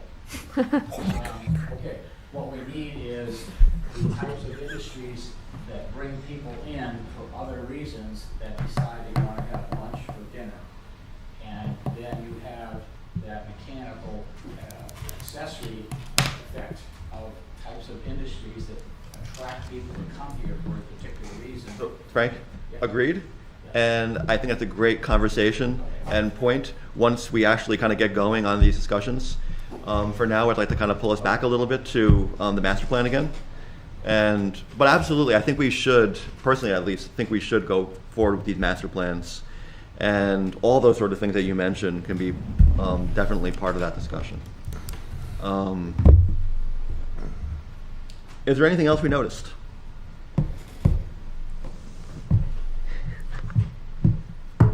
I have great appreciation. I was kind of reviewing the economic development session, and I think there are great goals in economic development. Like to Mark's point, I think our focus on housing has been somewhat short of the demand for housing, and I think the economic development part of it is important. I think that we have limited ability as a board to do that, but I think our zoning and site plan regulations, we have the ability to focus on those, and I think that's an important part. I always find it informative when I have an opportunity to review the narrative. And granted, this is a snapshot in time that was done in 2018. We should probably start thinking about doing this again soon. But I don't think our zoning is that far off. The one thing I do see that kind of sticks out in my brain is in the economic development section under number 8. Does say ensure that zoning ordinance does not in general allow new businesses in areas of town not identified for business growth. I think we have recent experience with that, and I think that our current zoning kind of allows for business development very generally in the industrial and commercial, but then the ag zone does allow for businesses anywhere, not even by special exception. I'm not sure that that's in alignment with this goal. Yeah, what would that be? What do you mean? What are they referring to? I mean, You mean Well, if you areas identified for business growth? not identified for business growth, so that they're referring to. So, if you go back and read the zone descriptions, you can read that. Nowhere in the ag zone does it say anything about citing future business growth other than for agricultural uses. Okay, so that's okay. Because I did. No, this isn't always spot on. Sometimes they miss We need to look at the environmental summarizations. sensitive zone. that's on my list. Yeah, sure. And I was actually. I don't disagree with that, but yeah, I'll come back to that, but yeah. Can I summarize the ag zone? Go ahead. The first paragraph of the ag zone I think is really good, should be honored, and we should support this. But the purpose of the ag zone is to promote and permit agricultural land use industries and their companion and supporting industries. Agricultural land uses can include crop production, animal production, forestry and logging, fishing and hunting and trapping. Companion uses could include retail sales, such as farm stands and service industries, and other agribusiness industries. Plymouth zoning ordinance allows nearly any type of land use in the ag zone, either as permitted use, allowed by right, or by special exception. So, when I read that, I certainly don't envision hotel as a service use, but, I think we could sharpen our pencil on what businesses are allowed in the ag zone, and I think we would have broad support from the community on that. Based on the input we received in recent applications. Now, that doesn't mean I don't think we should also sharpen our pencil on where businesses are allowed. A few years ago, there was discussion about extending the commercial district from its current zone on Tenny Mountain Highway, both east and west. And I think that we should still consider that. but I don't think that, In fact, much of the commercial development currently on Tenny Mountain Highway is in the ag zone. yeah. And it's allowed because it's in the ag zone and it's not limited anywhere, but, you know, I would certainly hate to see, you know, somebody, a giant retail store, on the inside of, you know, the giant field on Smith Bridge Road where Fairgrounds comes off. I mean, there's nothing that says like, oh, you couldn't put in a concrete manufacturing facility there. Like, you know, there's very few limitations on that, and I, the sense I get from the public is that there would be general support for that. Yeah. Mike? So I would echo the sentiments that Phil said. And I would, I'm not sure how to approach that because the ag zone is the other side of Tenny Mountain Highway, which when that was set up, that was to be the eventuality of commercial. And that's why it was straight. Neil can talk about, I've heard Neil talk many, many times. So I'm not sure how, I'd hate to lose out on the hotel that's there because it's in the ag zone and it's going to spread. And it's a matter of what's in the town's heart, what they want to do, so. Well, I mean, I think if you look at the master plan, we do want to see more commercial development along Tenny Mountain Highway.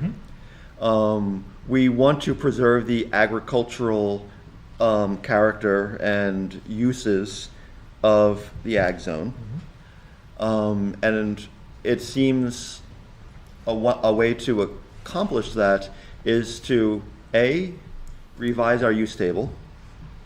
And it might require a few different changes to definition, but probably a lot of the work can just be done with revising the use table.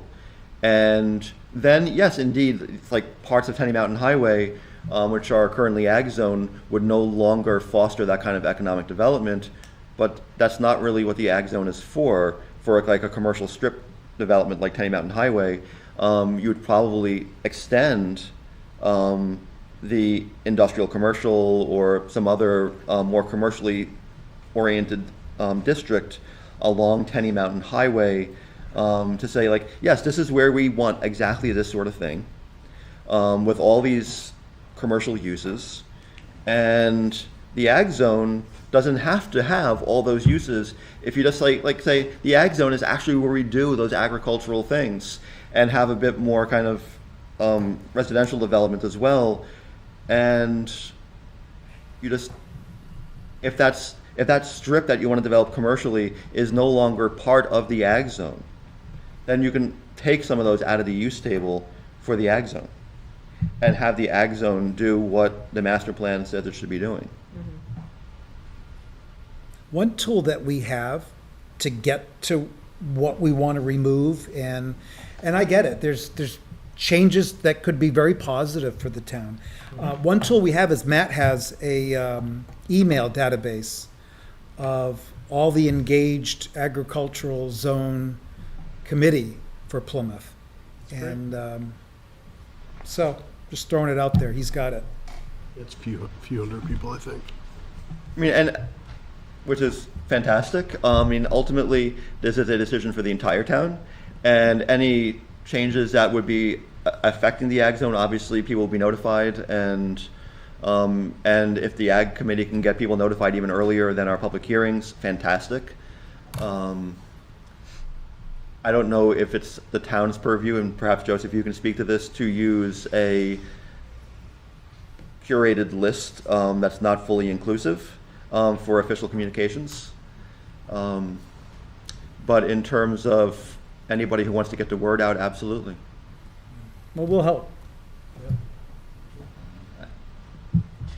I mean, I wouldn't want to use a non-fully inclusive list for any official But you could use our committee. communication. We would love, I think our committee has always said from day one, 18, 19 years ago, that we are willing to work with the planning board. Not against, but with. And we have several hundred engaged property owners in Plymouth that will give their input. Did we not, we engaged Judy, and did we not have 3 or 4 meetings at the high school that we had all the public come in here and identify what they want? I mean, Yeah. isn't that legit data that we could actually use? It is, and a lot of that was more housing related than kind of broader commercial uses and that sort of thing. So the engagement we had that really kind of spoke to the broader issues beyond housing is in the master plan. And there was quite a bit of engagement for that, and I mean, the document is pretty clear, I think. Yeah. If I can make a recommendation, when we think about development, I think page 37, there's a, Page 37? page 37 addresses, other rural, residential, and less suitable areas for development. I think we can be thinking about, what areas do we want? So we've already made changes to our use table. We've increased the density in single family and multifamily areas, and I think that's good. But I think one of the things that I like to keep in mind is if you want to encourage density in certain parts of town, it's hard to do that without discouraging density in other parts of town. And to that, I think we should be looking at our minimum lot sizes in all of our zones and making sure that those are aligned with these goals. Now, we've made changes to those recently, and I think they're actually, based on the changes we just made, I think they're actually more in line with that than they were in the past. And I think that's what Judy's trying to. Yeah. Yeah, but I think, page 37, the density in housing, single-family residential, those narratives are really important. I think there's so much value in what's here already. So, yeah. I think some changes to our use table could be in order. Yeah, I agree. The use table is what got me interested in joining the planning board. A lot happens in those couple of pages of the zoning ordinance. I was actually thinking about uses as well in terms of some of the conversations we've been having the last couple of years. One thing that's not, I would personally be interested in pulling out as a separate use from this kind of broad commercial services, storage units. We've had a lot of pushback against storage units in residential neighborhoods.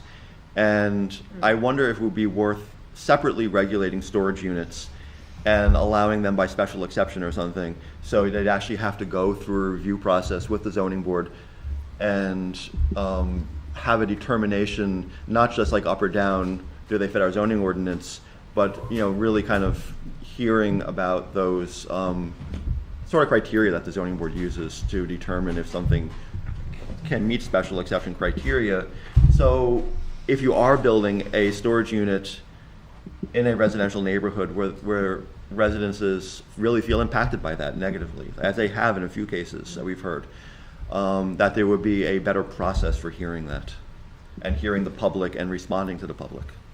And a special exception for storage units might work.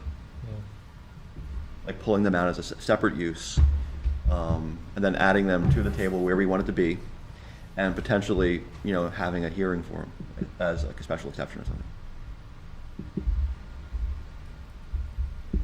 We've heard a lot of pushback from the few that have been recommended lately that have come before us.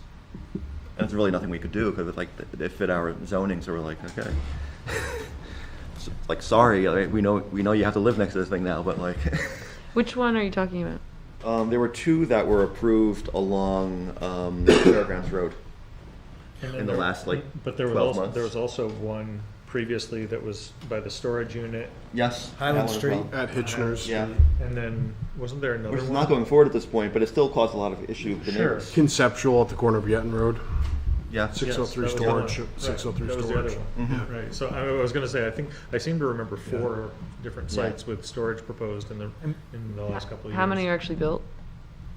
None of those at this point. None, okay. Right, yeah. Yeah, are the fairgrounds 4 are ones approved. moving ahead at all? that? Are the fairgrounds ones moving ahead that we know of, or? Haven't seen Well, there it were yet. 2 on Fairgrounds Road. There was one that was just off of the Crescent Road. What's the name of the road? Page Street. Page Street. Page Street, yeah. yep. And there's another one that's closer down to Beach Hill that's on that back lot. Oh yeah, sitting in those Awesome 17 area. acres. Yes. Yeah. And so for me, the issue is less like, are they moving forward?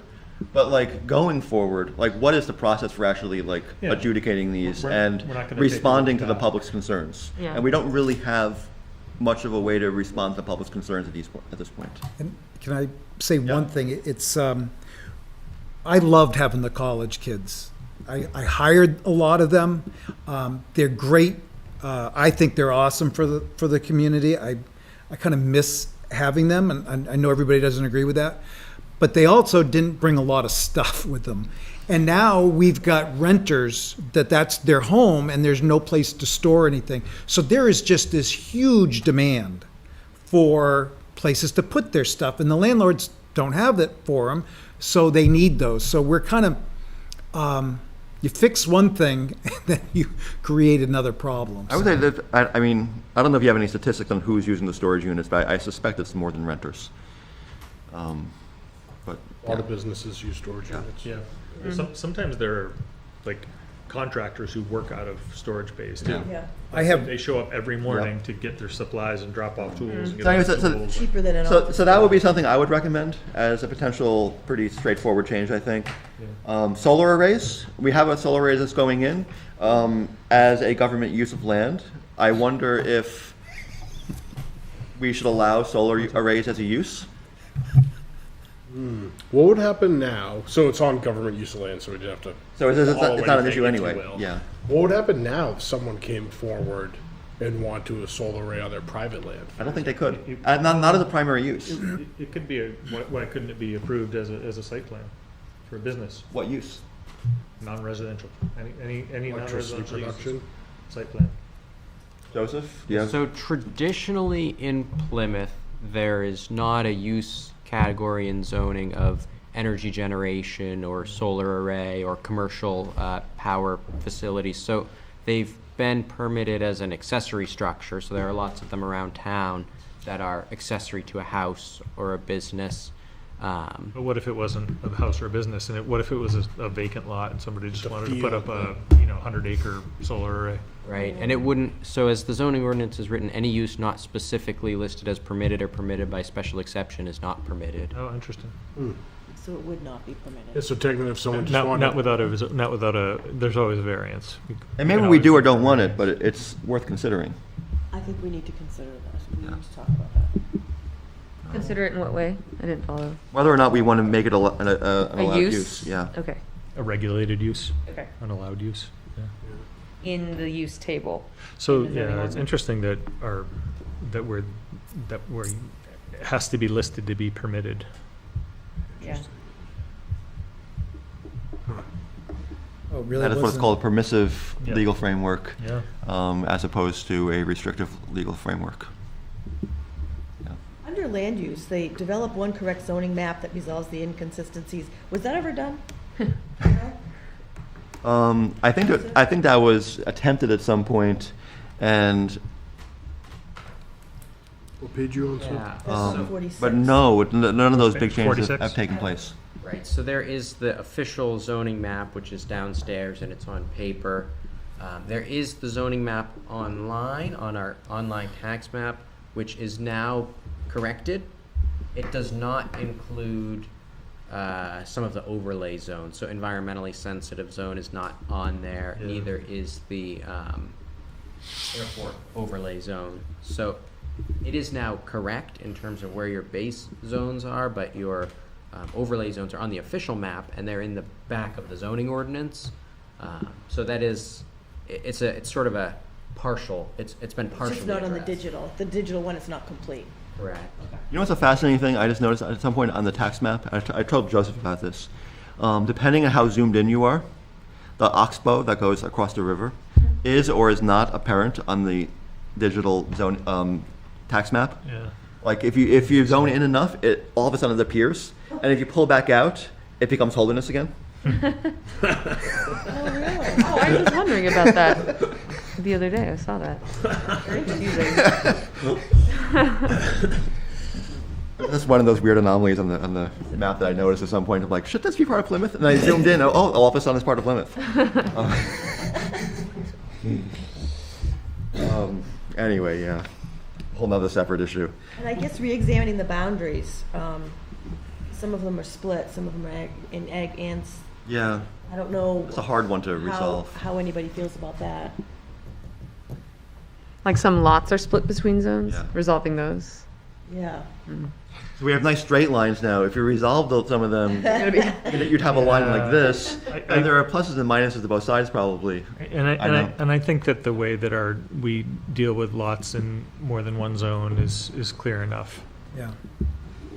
I really do. Or maybe that if we do get the second round of HOP and like do a broader kind of regulatory overhaul, maybe we'll get some more guidance on that or not. We'll see. What else do we see? There is the environmentally sensitive zone, and I had some preliminary talks with Joan Turley from the Conservation Commission about looking into that, and I don't know if we want to tackle that this year, or if we do get another round of HOP, that is something that affects housing development as well as other commercial development, so we could kind of just put it off for a little bit. We've had it this long already, and if we do get another round of HOP, like include that as part of our regulatory overhaul. Looking at the ESC, I don't know. It does need to be looked at for sure. I think we should be looking at it now. Okay. Do you have any recommendations as to like what to do with it? Well, I think it's too vague. It is like yeah, I don't disagree. I wonder how you actually make it more meaningful, and I don't have any ideas off the top of my head, but definitely needs to be looked at. I would be curious to hear everyone's perspectives on that, because I know I've heard varying perspectives, and there are a couple, I think I've heard a few people say we should get rid of it too. I guess if I were to give my 2 cents, it did serve a purpose when it was initially brought in, and right after, the people that pushed for it were on the planning board when they approved the car wash, All that. the hair salon, and the laundromat within just outside of 100 feet or so. So it was not expected to be 500 foot back from the people that initially wrote it and were on the board. So it would be great to get their input, but then the state River and Shoreland Protection Act came in, which was more protective for statewide, which is what all the developers are used to. I was going to say, I think with it was the conservation, like, that predated the Shoreline Act, as you mentioned, and now Yeah, that the Shoreline 75 Act is statewide, like, I almost think it's better to just rely on that, That's what I keep hearing. unless we find that it's inadequate for some reason. My only concern is the Baker / Squamshamucky River. And jurisdictional, isn't it? the wildlife and wetlands and potential opportunities. I know the select board was talking about the kind of corridor along there for a multi-use trail as well at some point, I believe, right? I think that's really a major resource for this town.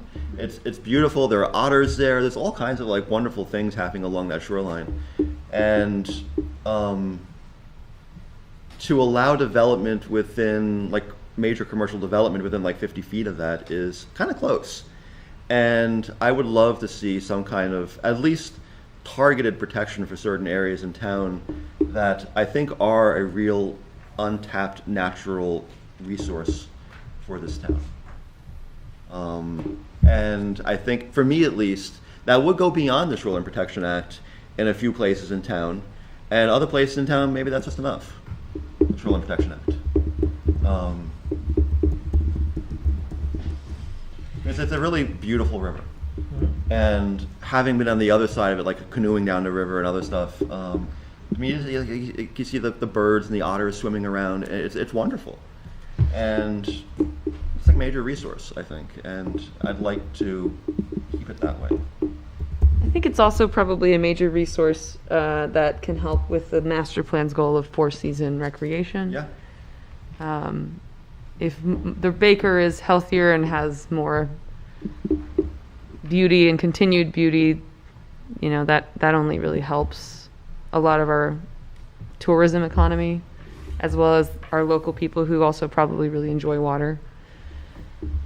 I know that Littleton does an amazing job with their riverfront.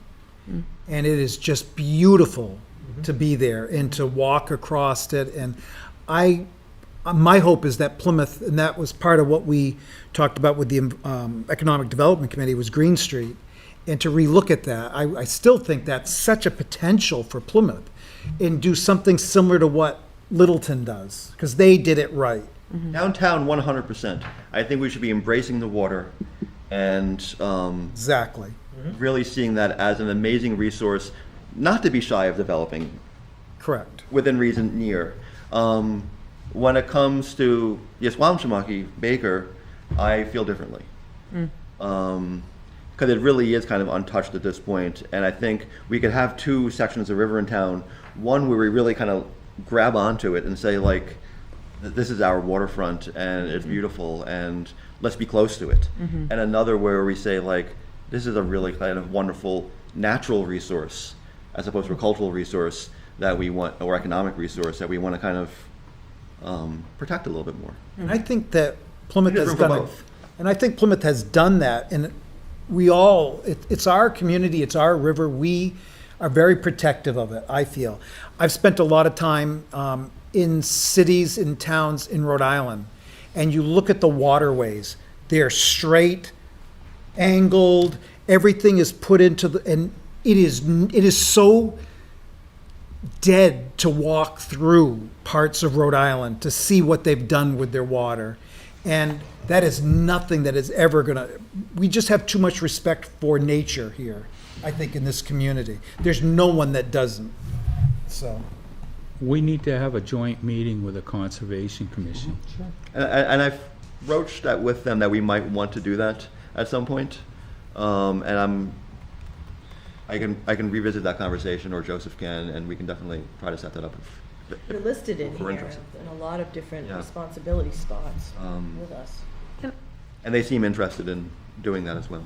The Shoreline Protection Act, this might be, I can probably research this later. Is there, what does it, is it a New Hampshire level or is it national level? New Or is it Hampshire. both? It's New Hampshire level. I have it Thank pulled up. 250-foot zone. So, Okay. but They're smaller than the But they're- ESZ. But there, Okay. but there are three areas within that 250 feet. So there's 50, a 150, there's a 250. 50-foot waterfront buffer where you have to maintain a certain level of vegetation. There's a 150-foot woodland buffer where structures are limited or prohibited and this thing. And then 250 feet, any work within there requires a permit. I'm pretty sure the 50-foot just got upgraded to 75 feet Is that right? Huh. Oh, interesting. this year. That's new. And it's also in the innovative land uses a kind of cut and paste if anybody like wants to look at that, a riparian buffer ordinance that can kind of strengthen some of the shoreline protection stuff above what it already is. And that's in the innovative land use handbook of New Hampshire. I'm not sure that the Baker River is jurisdictional if the PEMI is. But we can look into that. Okay. So there may be a benefit to the, The Pemmy's a designated river. yeah. Mm-hmm. What's that mean? Yeah. What does it mean? Well, it's wild and scenic. It's not designated wild. It's not designated wild and scenic. It's protected, though. It doesn't Shoreline ha- protection. Yeah. Shoreline But it doesn't have the National Park Service wild and scenic No. river protection. No. We went through that and all the towns said no, except for one town.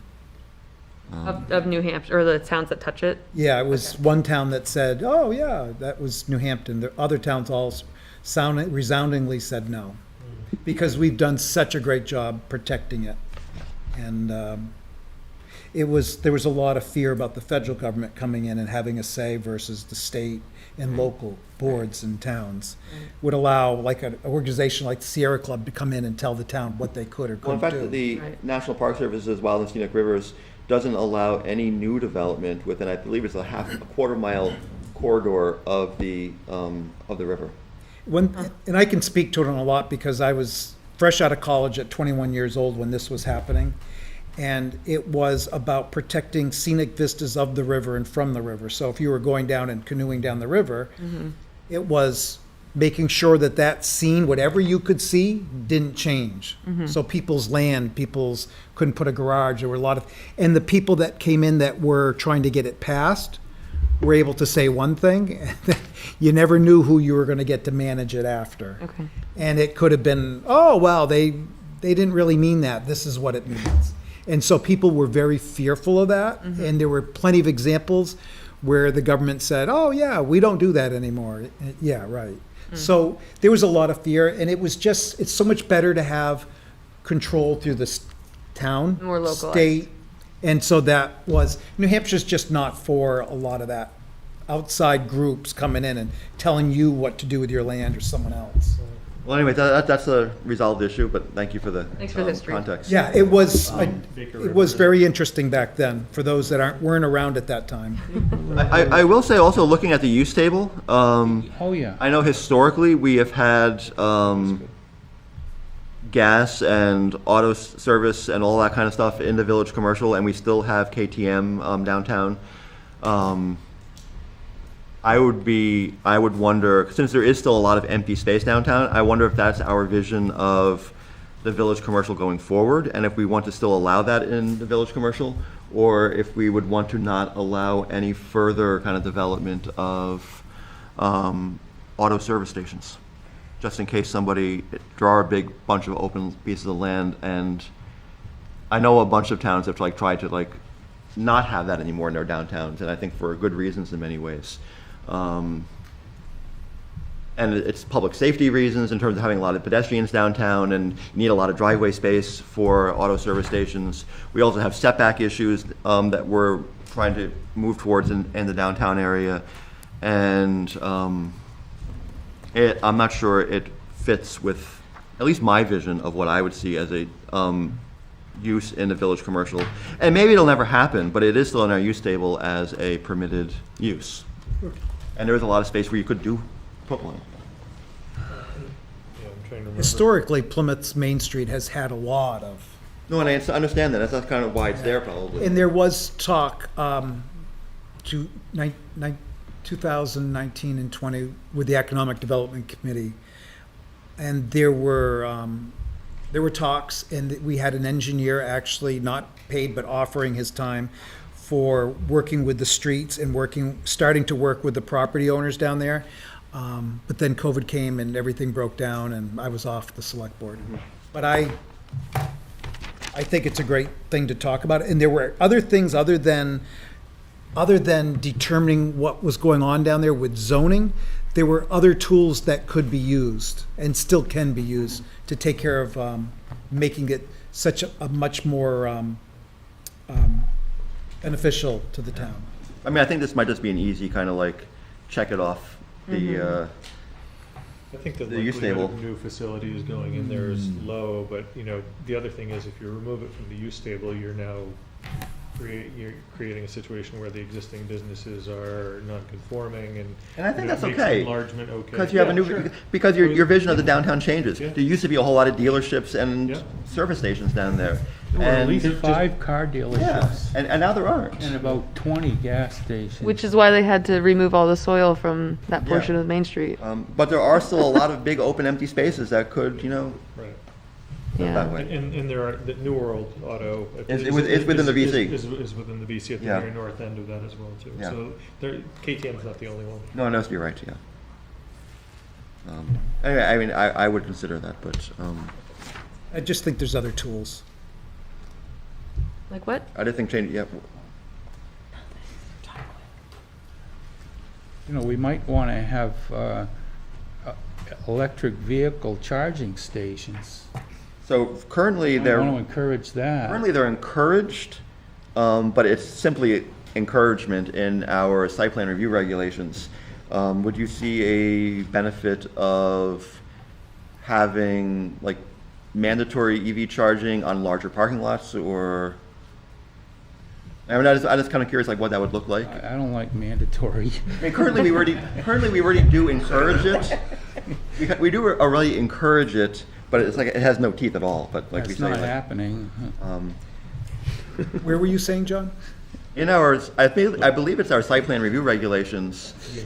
We encourage the installation of EV charging, but it's not mandated, and it's not in our zoning. I don't. Are you believe. talking village commercial? Anywhere. Okay. No, just any business, they are encouraged to think Yeah. about EV charging in new construction.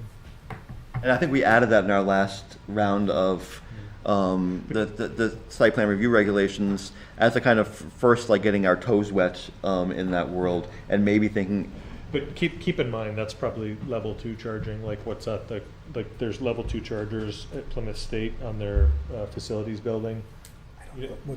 I don't know the difference. So level 2 charging is medium, like, there's level 1. Longer charging. Medium time. Medium time. So there's level 1 charging, which you can do with a 120 charger at home, that would take hours, That's like an overnight charge.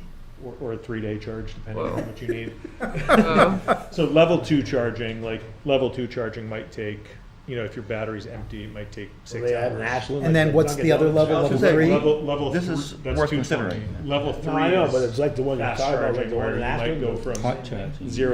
zero to full in 30 minutes, but I mean, 20 at minutes. the charging station in Ashland is worth considering. I can't tell you how many people I've talked to Yeah. who've said, I stopped in Ashland for like dinner and hanging out because they've got EV charging there, Yeah. as opposed to Plymouth. Right. Because Ashland has EV It's a charging. fast charger. Yeah. Like, So people not only stopped for the charging, but then did something while their car was charging Yeah. in Ashland rather than coming to Plymouth. So they came in front of the planning board 4 years ago and wanted our blessing, and, we did, and I found them a couple of, actually, maybe it might have been the select board. We found them a couple of spots, but the problem was, there's no parking downtown. And that was the problem, and they said, that's fine, we don't mind being away from the center of town, we'll walk. Because they locate it on maps and I guess on phones and all that. But it's just because of the parking was such an issue that there might be 6 spots empty and everything else is full and people are going to another town to do their shopping. So that was the issue. We did try to get some in the Green Street paid lot Yeah, that would make sense. 18 months ago, something like that. And then whoever was gonna do it backed out, I don't even remember why, but the last second. We're all gonna, there will be more. I don't think Plymouth made the NEVI funding list, but I think there's gonna be charging in Woodstock and Tilton. It's Tesla charging at Owl's Nest Yep. station. High voltage or I think so, level two. yeah. And Yeah. 30 I don't know- minute I don't, And I- use it, so I don't know. I don't necessarily want to go back here, but there was going to be EV charging at the hotel. Moving right along. Well, I think it's also important to note that as time goes on with these electric chargers, especially the high voltage ones, there's legislation now on how they have to actually be spaced farther apart, because certain towns don't have the firefighting apparatus equipment to put the fires out on these vehicles, and they spread rapidly. So if you have 2, 3 of them next to each other, and they break out, they become a huge hazard. So it needs a little bit more attention than just saying, let's throw one in. So, Honestly, Green Street would be a great place. Just make a roll off into the river. That one's on deep fire. enough. Push it. Maybe I'll put it out. if You I, joke, it would work. If I may for a moment, so we don't go to 10 o'clock here. So, looking forward, we have a meeting with Judy in September, Judy Barrett, to talk about some of the language that she's written for Plymouth to kind of round out the first HOP grant. And that's obviously housing-related stuff as well as the Tenny Mountain PUD overlay, and which I'm not really expecting to talk about much tonight because we all just got to look at it yesterday. But she is going to be back to have a discussion about that in September.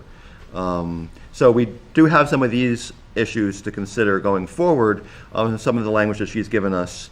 In addition to those kind of housing things that are the, and Tenny, which is broader than housing, but it also includes housing. Things I'm hearing, we can have a conversation about the EV charging and see if we want to do anything with that beyond what we've already done, which is more symbolic at this point.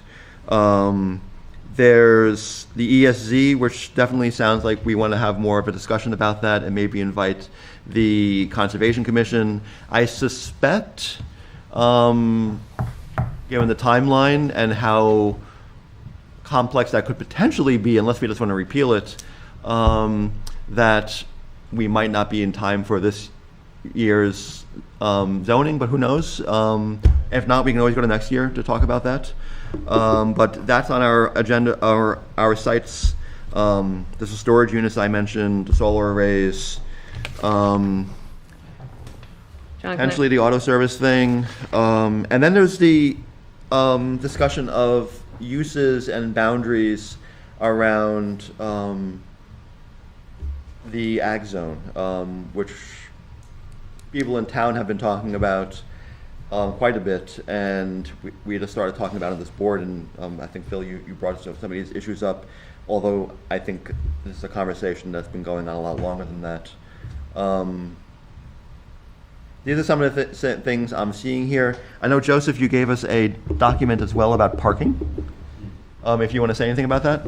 Yeah, I can just give a little bit. I won't spend too much time on it because it's not actually law yet. Of all the bills I could send that don't go anywhere, I don't want to waste time with ones that don't even make it anywhere. But this one did pass both the House and the Senate, so worth making the board aware of in case it does get signed. Broadly speaking, it is it's a bill that places state statute limitations on how many parking spaces can be required for certain types of residential development, and would require planning boards to consider, when approving a residential development, so-called alternative parking plans, which could be, according to the statute, off-site parking or other types of facilities. In some areas it allows for fixed route bus service to be alternative, or ride sharing agreements. So it basically says when the planning board is looking at an application for a new residential development, you must at least consider, if the developer puts it forward, this list of 6 other options for meeting the parking requirements. So there are 2 buckets under that And I believe this law that's pending signing, I guess, has the same problem as our own law in not defining how we measure that distance. Correct, it doesn't specify. So it does say off-site parking within 1/4 of a mile, but yeah. That's how the crow flies, or on the roads, or at the not pedestrian defined. walks, or. I think lacking a definition, it's just a radius, right? That's Yeah, how it's we've radius. defined it for the purposes of town zoning historically. I remember it came before the zoning board, though, Correct, and yeah. the zoning board was really kind of pondering this and like, They did. They had questions about that. yeah. And so this has come up in town. There was a proposal for residents on Main Street that didn't have. adequate Off-site parking Yes. lot. So, yeah, that. And we didn't know how to measure it, Right. or they didn't know how to measure They it. wanted to There measure were it. other issues too. Make the path go through private property or something. Well, and the question Crow was, flies. do we measure our distance requirement as the crow flies, just as a radius, or is it the actual walkable or drivable distance? Right, because there's a long distance not using the bank stairs. Yeah, exactly. And that particular case had a variance request because it was over the, in town, you can have off-site parking by special exception up to 300 feet away, which is, a shorter distance than they were requesting. So that was a variance. It was a little bit of a unique case. I guess the long and short of it is, if this is signed into law, Correct.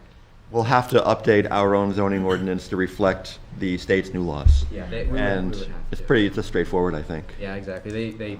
It would preempt what we do. Yeah. So even if we didn't update our zoning to accommodate the state law, developers would still be required to follow the state law, or be allowed to follow the state law instead of town zoning. And one of the ironies is that we just removed fractional parking spaces, Yeah. and this would reintroduce fractional Yeah, I parking can spaces. go into a Really? little more specifics. Yeah, The state I now. would say that 1.5 spaces per 1 bedroom or studio unit under 1,000 square feet is the cap, or 1.5 spaces per unit for developments with 10 or more units. That would be the caps established by this law. So not substantially different from Plymouth's method, but it would be a slight change that we would have to tweak to accommodate. We can require less, we just can't require more than that. Yeah. It would be a cap. Let's not put too much effort into it until Yeah. the Agreed. governor's pen So- has to do some work. Agreed. So do these sound like things,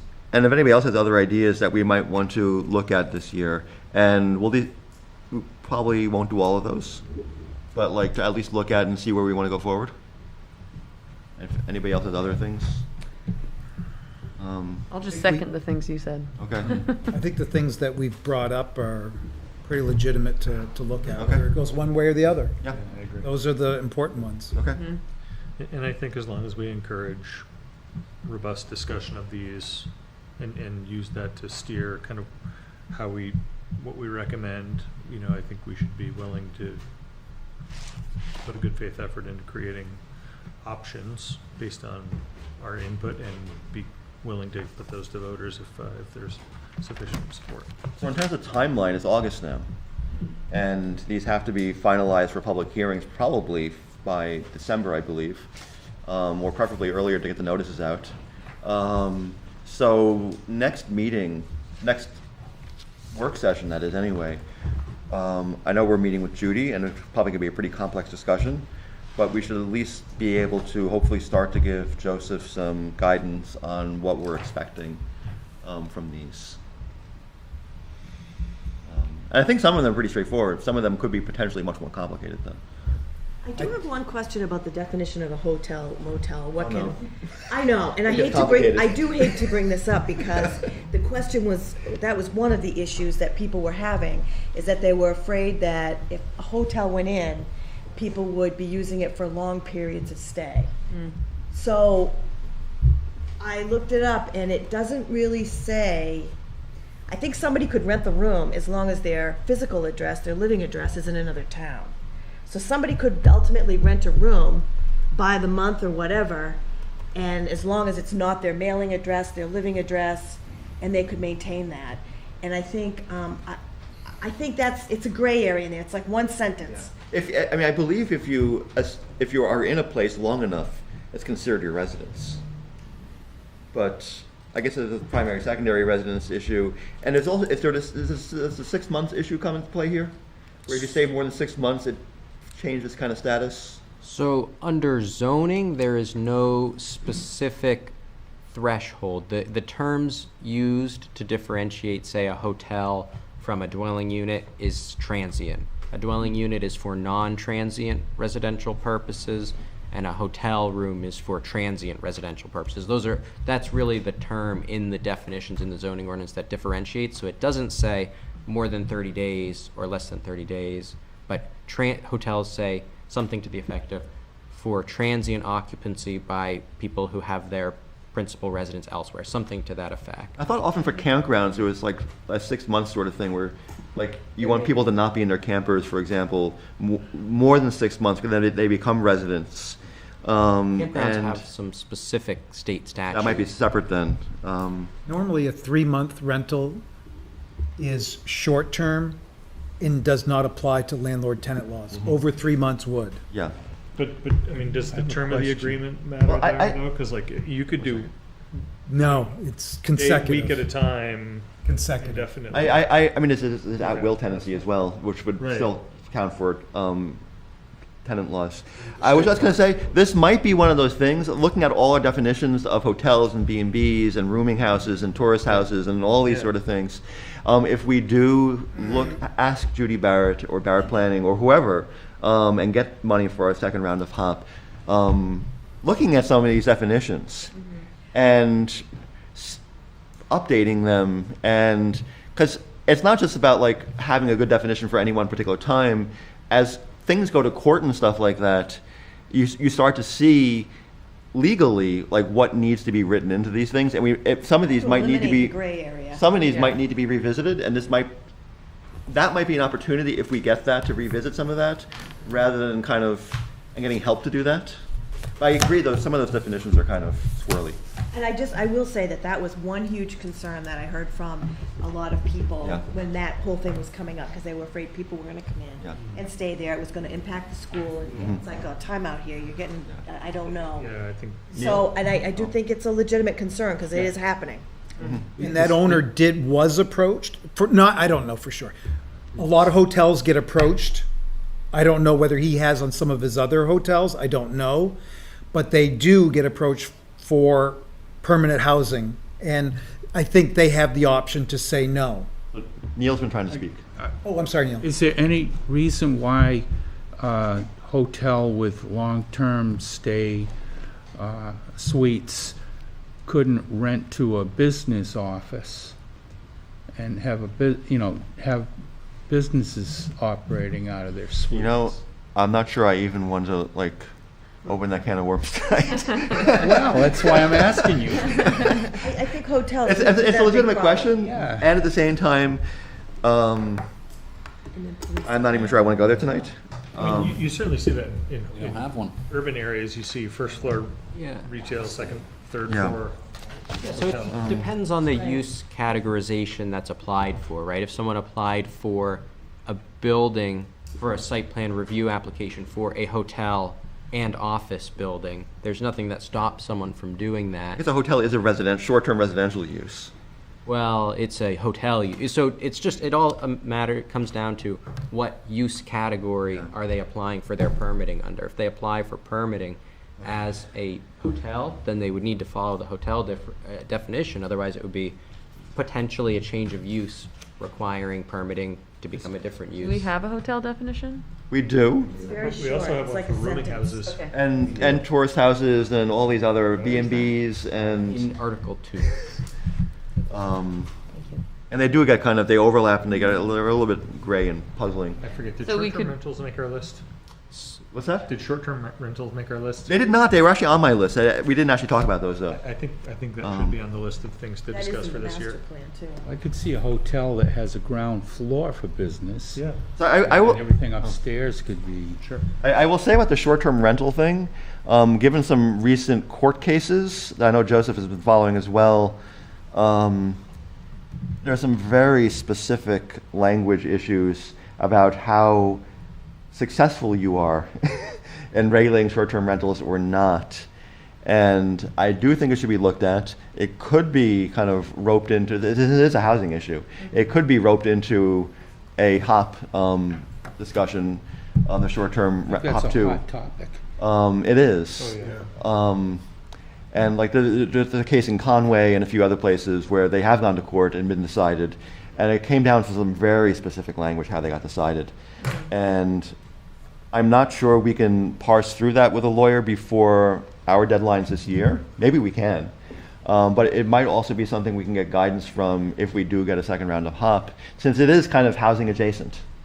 So it might be something worth. I'm curious if the New Hampshire Municipal Association has guidance on that. They tend to be on top of those hot button Yeah. issues. It is really kind of very recent that some of this has happened, but they're probably developing. I They imagine. have legals. Yeah. They have legal Yeah. staff that can help towns with that stuff. They gave presentations on this at what's the New Hampshire Planning Association conference? Something like that, yeah, it's a complicated case and it's evolving, so I would hesitate to give too much specific based on a case that could be subject to further appeals or, it's evolving, fluid. But I think a lot of the complexity surrounding that case is that Conway's definition of a dwelling unit did not specify that a dwelling unit was to be a non-transient residential unit. So their definition said a group of, basically a place where a group of persons live together as a householding unit. And the household definition was also at issue. It was, yes. How you define what a household Not is. apart, yeah. Whereas Plymouth's definition is more, definitions similar to Plymouth's, to my understanding, have fared better because Plymouth's definition of a dwelling unit specifically states that a dwelling unit is for non-transient residential purposes. That is, not someone who has their primary residence elsewhere. So our definition of a dwelling unit does not, by default, allow it to be used as a sort of vacation rental, but it's a nuanced, complicated issue. So I So Conway should have updated their definitions before they sued the owners. And then gave them the barn voice to door. talk. that's what it seems like. Horse is gone. So looking forward, September, obviously we have a business meeting before then, but our September meeting, take a look at some of the stuff that Barrett Planning has provided us, and so we can actually really have a good discussion with Barrett Planning about what they've provided us. And think about if you have any further input that you would like to give to Joseph as he's starting to develop language on some of these potential amendments, what exactly we're looking for in some of these things we've been talking about this evening. So, and then I guess that also speaks to, so when we're thinking about timelines, just want to confirm, so what the board, does the board want, say, a subcommittee to work on a HOP application for September? Does the board just want a draft to have an, you know, what would we like to see with regards to the timing on that? I do not think timing would work out to get anything to the board by the August 15th business meeting. There are a lot of applications for that meeting, a lot of prep to be done, but by September 1st, feasible. Up to. Do we know if we have help for you in grant writing professionally from the town? Because I know that relationship is being or has been established in other domains of town business. Not by default. I understand we have a contract. We could hire someone. Yeah. We have a person we could Yeah. hire, but we would have to find money to do so, and we don't have that by default Okay. available. I'm just kind of curious about that. Yep. I was gonna say, is there money in the planning budget that could cover that, or no? I could look into it. I don't know offhand. Budgets are fungible. So I would hope in around 2, like, we've done this once before. I was gonna say, you have an outline. Yeah.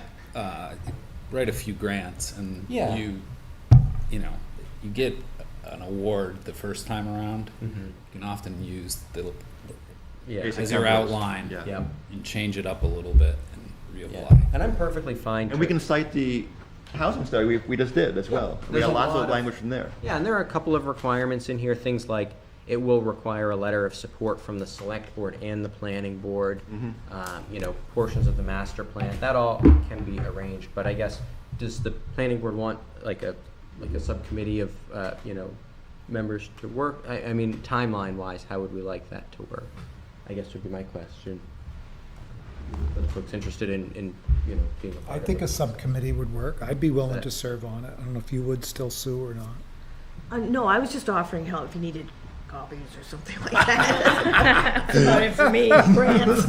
I love volunteers. I'm willing to help more on a proofreading level than a writing level in terms of making recommendations as reading a draft. In terms of like actually getting down to like the brass and like doing the writing, I just know I don't have the capacity right now. Well, I don't mind. Yeah, I don't mind writing a draft. I certainly, I've written several grants for the town, and I don't mind drafting something. I just want to know how much, what. Could you have a draft September's by September? Yes. Yeah. Well, we need the whole thing by the end of September anyway. But I mean, like by Yes. September work session. Yep. Yeah. Okay. Does that sound like a plan? Unless, And if you- yeah. I don't know how effective it is to write with 2 people all the time, so And the I'm first one we kinda- wrote with 4 people. Oh, impressive.